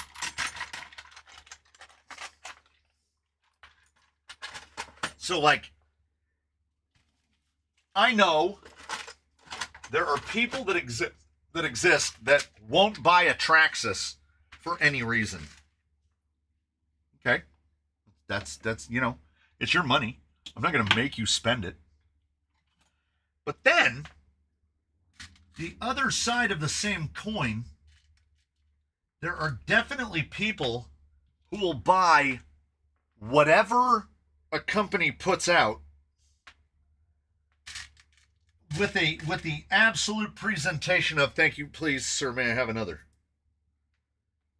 Whether it's good or not. And sometimes I definitely feel like when talking about the mullet, I feel like I'm ice skating uphill Because people are like, you're making a bunch of out of nothing, bro. Yeah, that's wild coming from an Apple user. Oh my God. I'll tell you this straight up right now. I'll tell it to anyone who listens. The new OS and the new iOS, garbage. Absolute garbage. I hate it. I hate everything about it. There's no way anyone asked for any of this crap. But here we are. But a buddy of mine says that he was setting up a PC for one of his mother's coworkers, and he goes, the process was nightmarish. He goes, Windows. He goes, I hadn't used a Windows machines are so bad. He's like, Windows is so bad now, it'll make you learn Linux. And I was like, you know, that's the thing.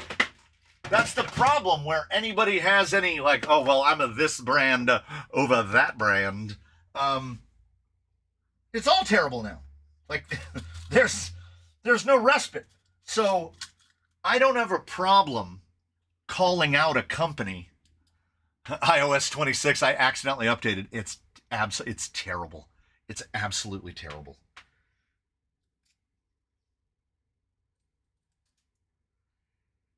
Every time I have to use it, it makes me mad. Yeah, Windows 7 forever. Some guy somewhere out there, a guy's still using Windows 98. Windows 95. He's like, I ain't updating.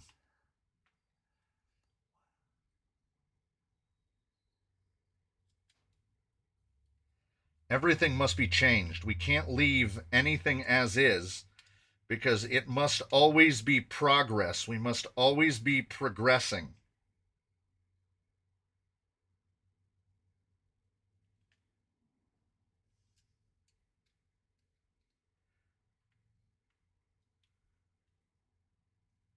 That's what I was afraid of. I'm just over here trying to, because I don't have the spacers that were supposed to come with this. I don't explicitly know what length I'm supposed to use to get this servo to sit level. I just know I wasn't putting it back the way it was. That looks pretty good. Right? And it's an alloy. That looks, I'm trying to see. Yeah. That looks level. That looks level. It captured the market and stomped out any chance of competition. Instead of things getting better, everything gets worse with each iteration. Yeah, I was watching a guy, like a what do they call him? A technologist. And yeah, he was talking about that, how what the system we have now is basically the opposite of competition. So it just allows every aspect of everything to just get a little bit worse. Now, I will say, the Mac OS, Tahoe, I think is what it's called, isn't as bad. The problem is, they got you, right? Like, you never, like, if you're me, you try to go as long as you can without updating anything. And then eventually you have to update it, because what they'll do is be like, oh, well, we don't support that old OS anymore. It's just like they've done to Windows. We don't support the old one anymore. So you got to get the new one. Oh, well, now your phone is on the old one, and now it can't talk to the new one. So now you're going to have to upgrade that one too. Because, as was said before, if you cure cancer, you can't have a cancer fundraiser next year. It's absolutely right. They are in the business. It is a business of treatment. And this is not just medicine. This is everything. We're never going to sell you we're never going to sell you the last device. We're never going to sell you the thing that's so good that it's never going to have to be replaced. Because we need to sell you the thing to replace the thing that we just sold you. And why I would never get on board with the endless hordes of the anti-Apple people is this. I've owned 5 iPhones in my life. So that would be 2007 to 2026. So in 19 years, I've had 5 phones. Based on the way technology is here to just grab us by the short hairs, I feel like that's not too bad. At the same time, again, this is a carryover from the Discord. We were just talking about how, like, what's the oldest appliance that you own? And I don't mean like, what is the oldest appliance your parents have? Because everybody has a mom or a dad or an aunt and an uncle and a grandma that they've got a washing machine that was their dad's and it's still going. I mean, if you had to buy one after the year 2000, like, how old are we talking, right? I was just saying on the Discord that we moved into this house in 2007. So Christmas of this year, it'll be 19 years in this house, which is, in my life, by far the longest I've ever lived in one place, ever, right? 19 years is, this is my forever home, right? When we did the house and moved in, there is not one single piece of, there is not an appliance in that house that I put in when we did the house. You don't get 19 years out of appliances anymore. We're on our 3rd hot water heater. No, a radio does not count. A radio definitely doesn't count because, well, an iron doesn't count either. I mean, washer, dryer, microwave, range, dishwasher. How many of y'all can you say have a clothesline? No. My wife grew up on the clothesline with the air-dried clothes and the towels that felt like they were made out of dirt because they dry out in the sun. They just get all crispy. So when she first got introduced, because I was like, dear, I grew up in the city. We've never dried our clothes on a line. So we got a washer and dryer immediately. And when she wore her first clothes that were ever washed and dried in professional equipment, she was like, is this what it's like? Is this what it's always like? And I was like, yeah, this is how everyone else lives. So she's never going back. I like clothes that are dried on a line. Well, Mr. Hurley, you've already established, and it has been established, that you're a little bit of a different flavor. You're a little, you're cutting your own path. Well, I mean, you know, I am, if nothing else, a dichotomy of violence. Okay? In the building in which we stand right now, you're here with me virtually. We have things side by side, okay? Right, just out of frame. You can just see a little bit of color right here. That is a Yamaha, I can't remember their serial number. It is a Yamaha set of computer speakers with the spruce cones that I bought on the yellow tag at Best Buy in like 1995. They still work. I still use them for this computer. They work great. Right up above here, where the loud noises come out of, is a Crown D75 amplifier that has a production date on the back of 1086. October of 1986, that thing is still going. I bought the compressor that's right over there at the Auto Giant in 1992. The table saw, the jet table saw, which is right up against the front wall of this building, was built in Kentucky in 1997. And all of these things still work. Most of the tools in here are old. You know, things that can't break. The very first hammer I ever bought, I've mentioned it before. I've had this hammer, I would have been 19, so I've had this hammer for 35 years. Right? They do still make things like they used to, but most of the things they don't make like they used to. And appliances are definitely that. Somebody mentioned iPhone 8s. The two cameras, the other cameras, which I didn't even bother to turn on today because I knew we weren't going to use them, are both iPhone 8s. They still work. I got a Trio amplifier bought in the early 80s. I have a Philips stereo tape deck CD radio. All the combo. I was born in 92. That's why I still work. Excellent.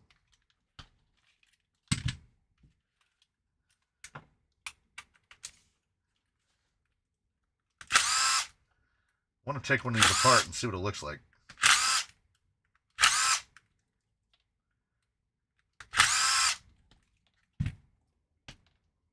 Ooh.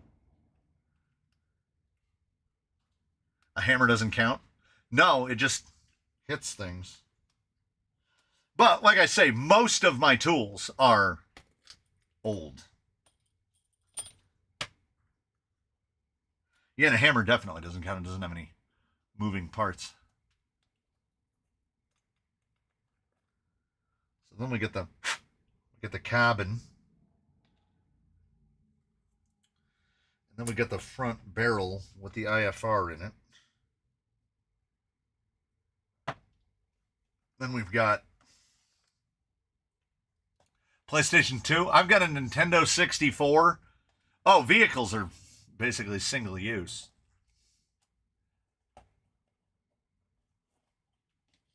I graduated from high school in 1992. I mostly work. I feel that.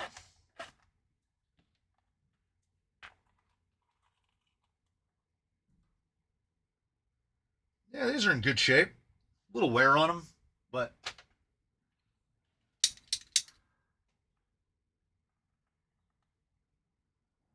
these are ventilated with like, see if I can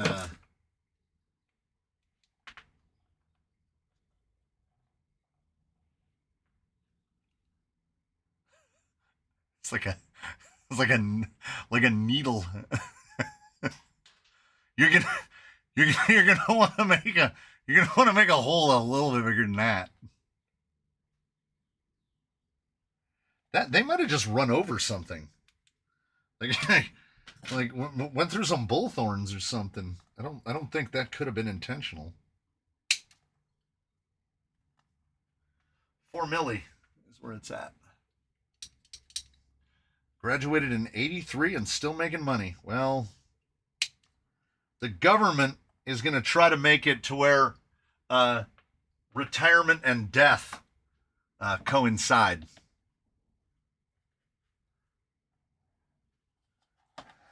They want you to work until your body gives out, like the olden days. Everything old is new again. Did you see the pictures of the Capra I sent you with 3D? I did. Like, that guy just got the scissors out and just started cutting. He had there was no rhyme nor reason to what was going on there. I kind of have to tip my cap to that guy.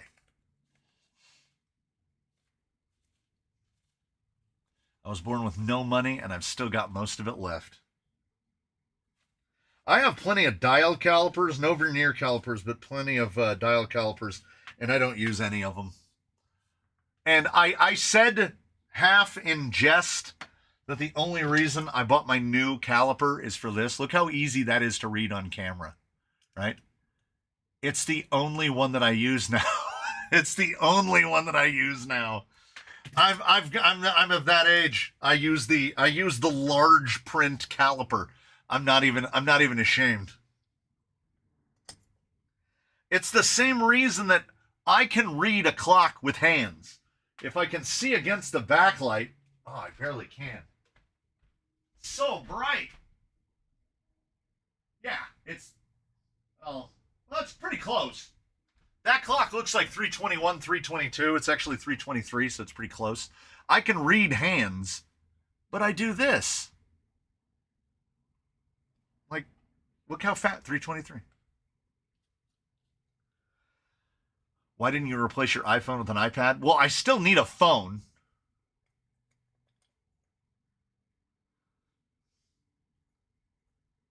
What brand are what? Born in 86. Feels like I was born in 76. Turning 40 here soon, and I'm fearful of the aches and pains that are going to come with it. Being dumb and showing off carrying an engines isn't cool anymore. Mr. Turner, one of my buddies, the one that was a detailer and is now an internet security guy, he is same as you. He is that millennial, 86. He turns 40 this year. So I love to send him anytime I can find a meme about what happens, how your body disintegrates when you turn 40. I send it to him. But he has always been older.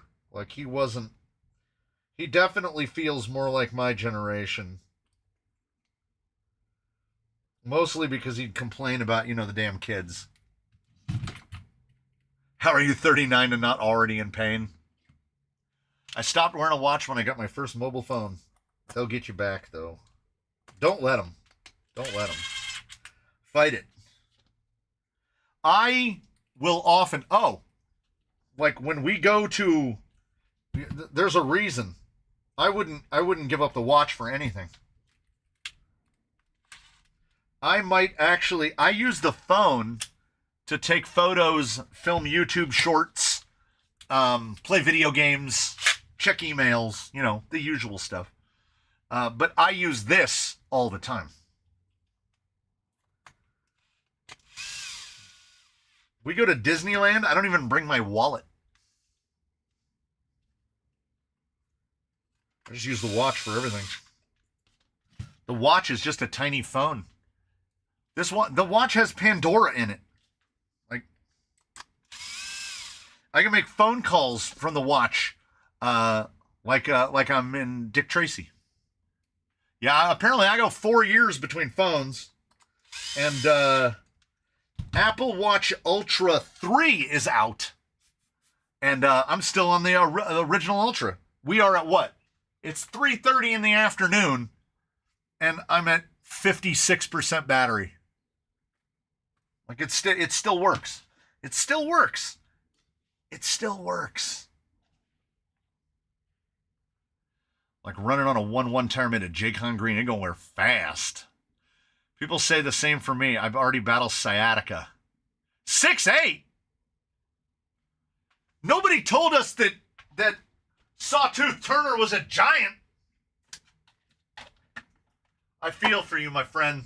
I feel for you, because this world was not made for either one of us. It was not made for us at all. 6'2" is where I'm at, and I haven't measured my height in 3 years, and I won't, because if I'm under 6'2", it's going to make me unhappy.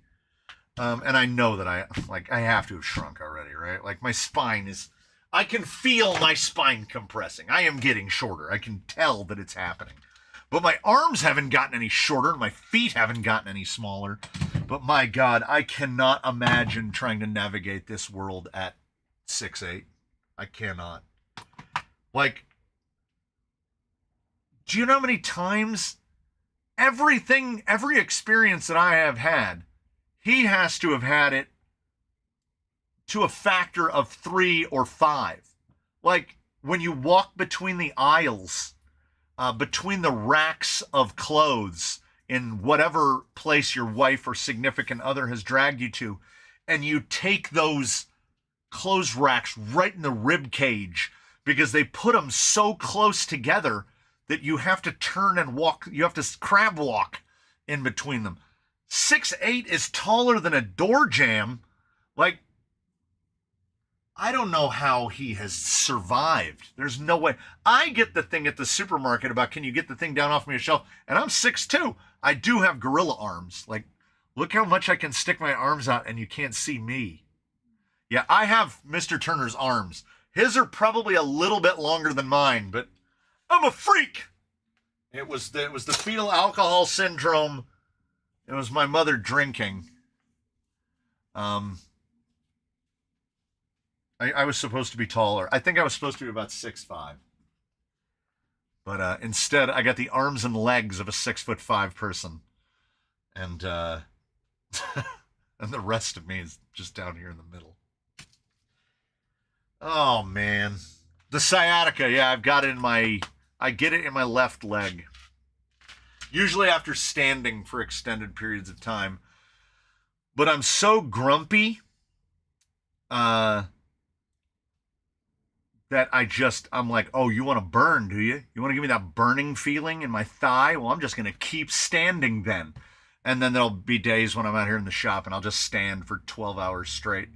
And the fact that I can do that is one of the few things in my life that actually gives me hope. Because it'll be the day when I come out here and I try to defeat it and I can't stand for 12 hours that'll become a problem. So it's the one common thing about getting old. We're all doing it. And we can't stop it. And they're like, well, you know what you can do? You can eat good and you can exercise and you can slow it down. Look, I feel like I'm losing one food stuff a year. Right?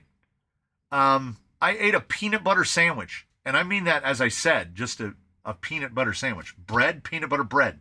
I was really craving peanut butter. I ate that peanut butter sandwich and I felt weird.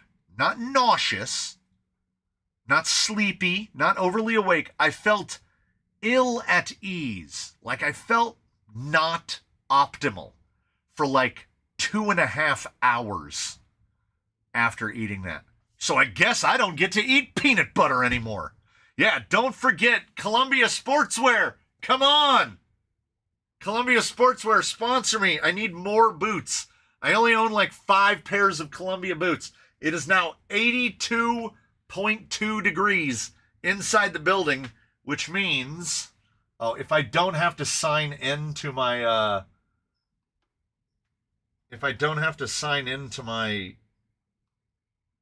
thermometer, yeah, I do. No, it doesn't remember. I can't tell you what the temperature is outside because on the new phone it doesn't keep any of that stuff. I've had to sign back into every app. It's great.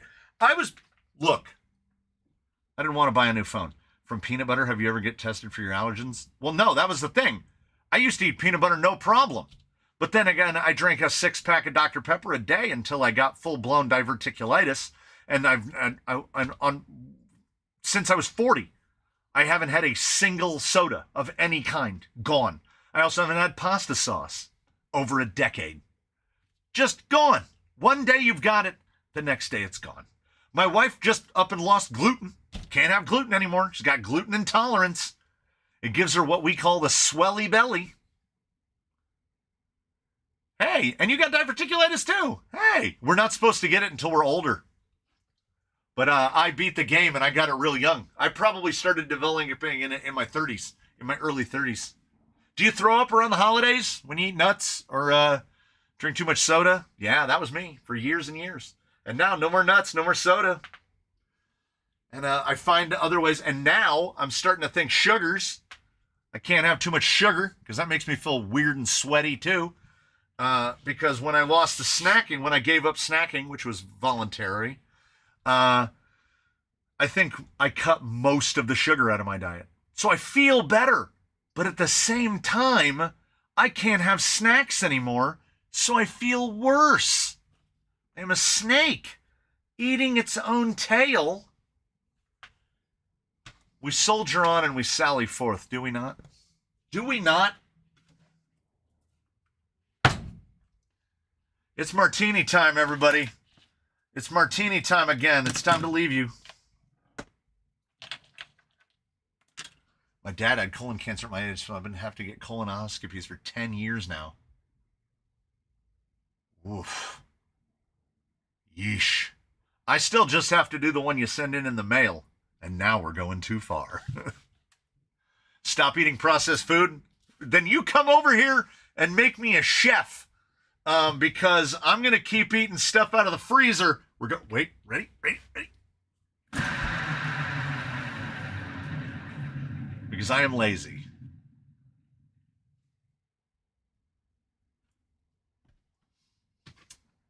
Video tomorrow. 3 on Sunday, 1 on the Monday. Would you go back to white, please? This little thing eats batteries. I have a sciatic nerve and arthritis.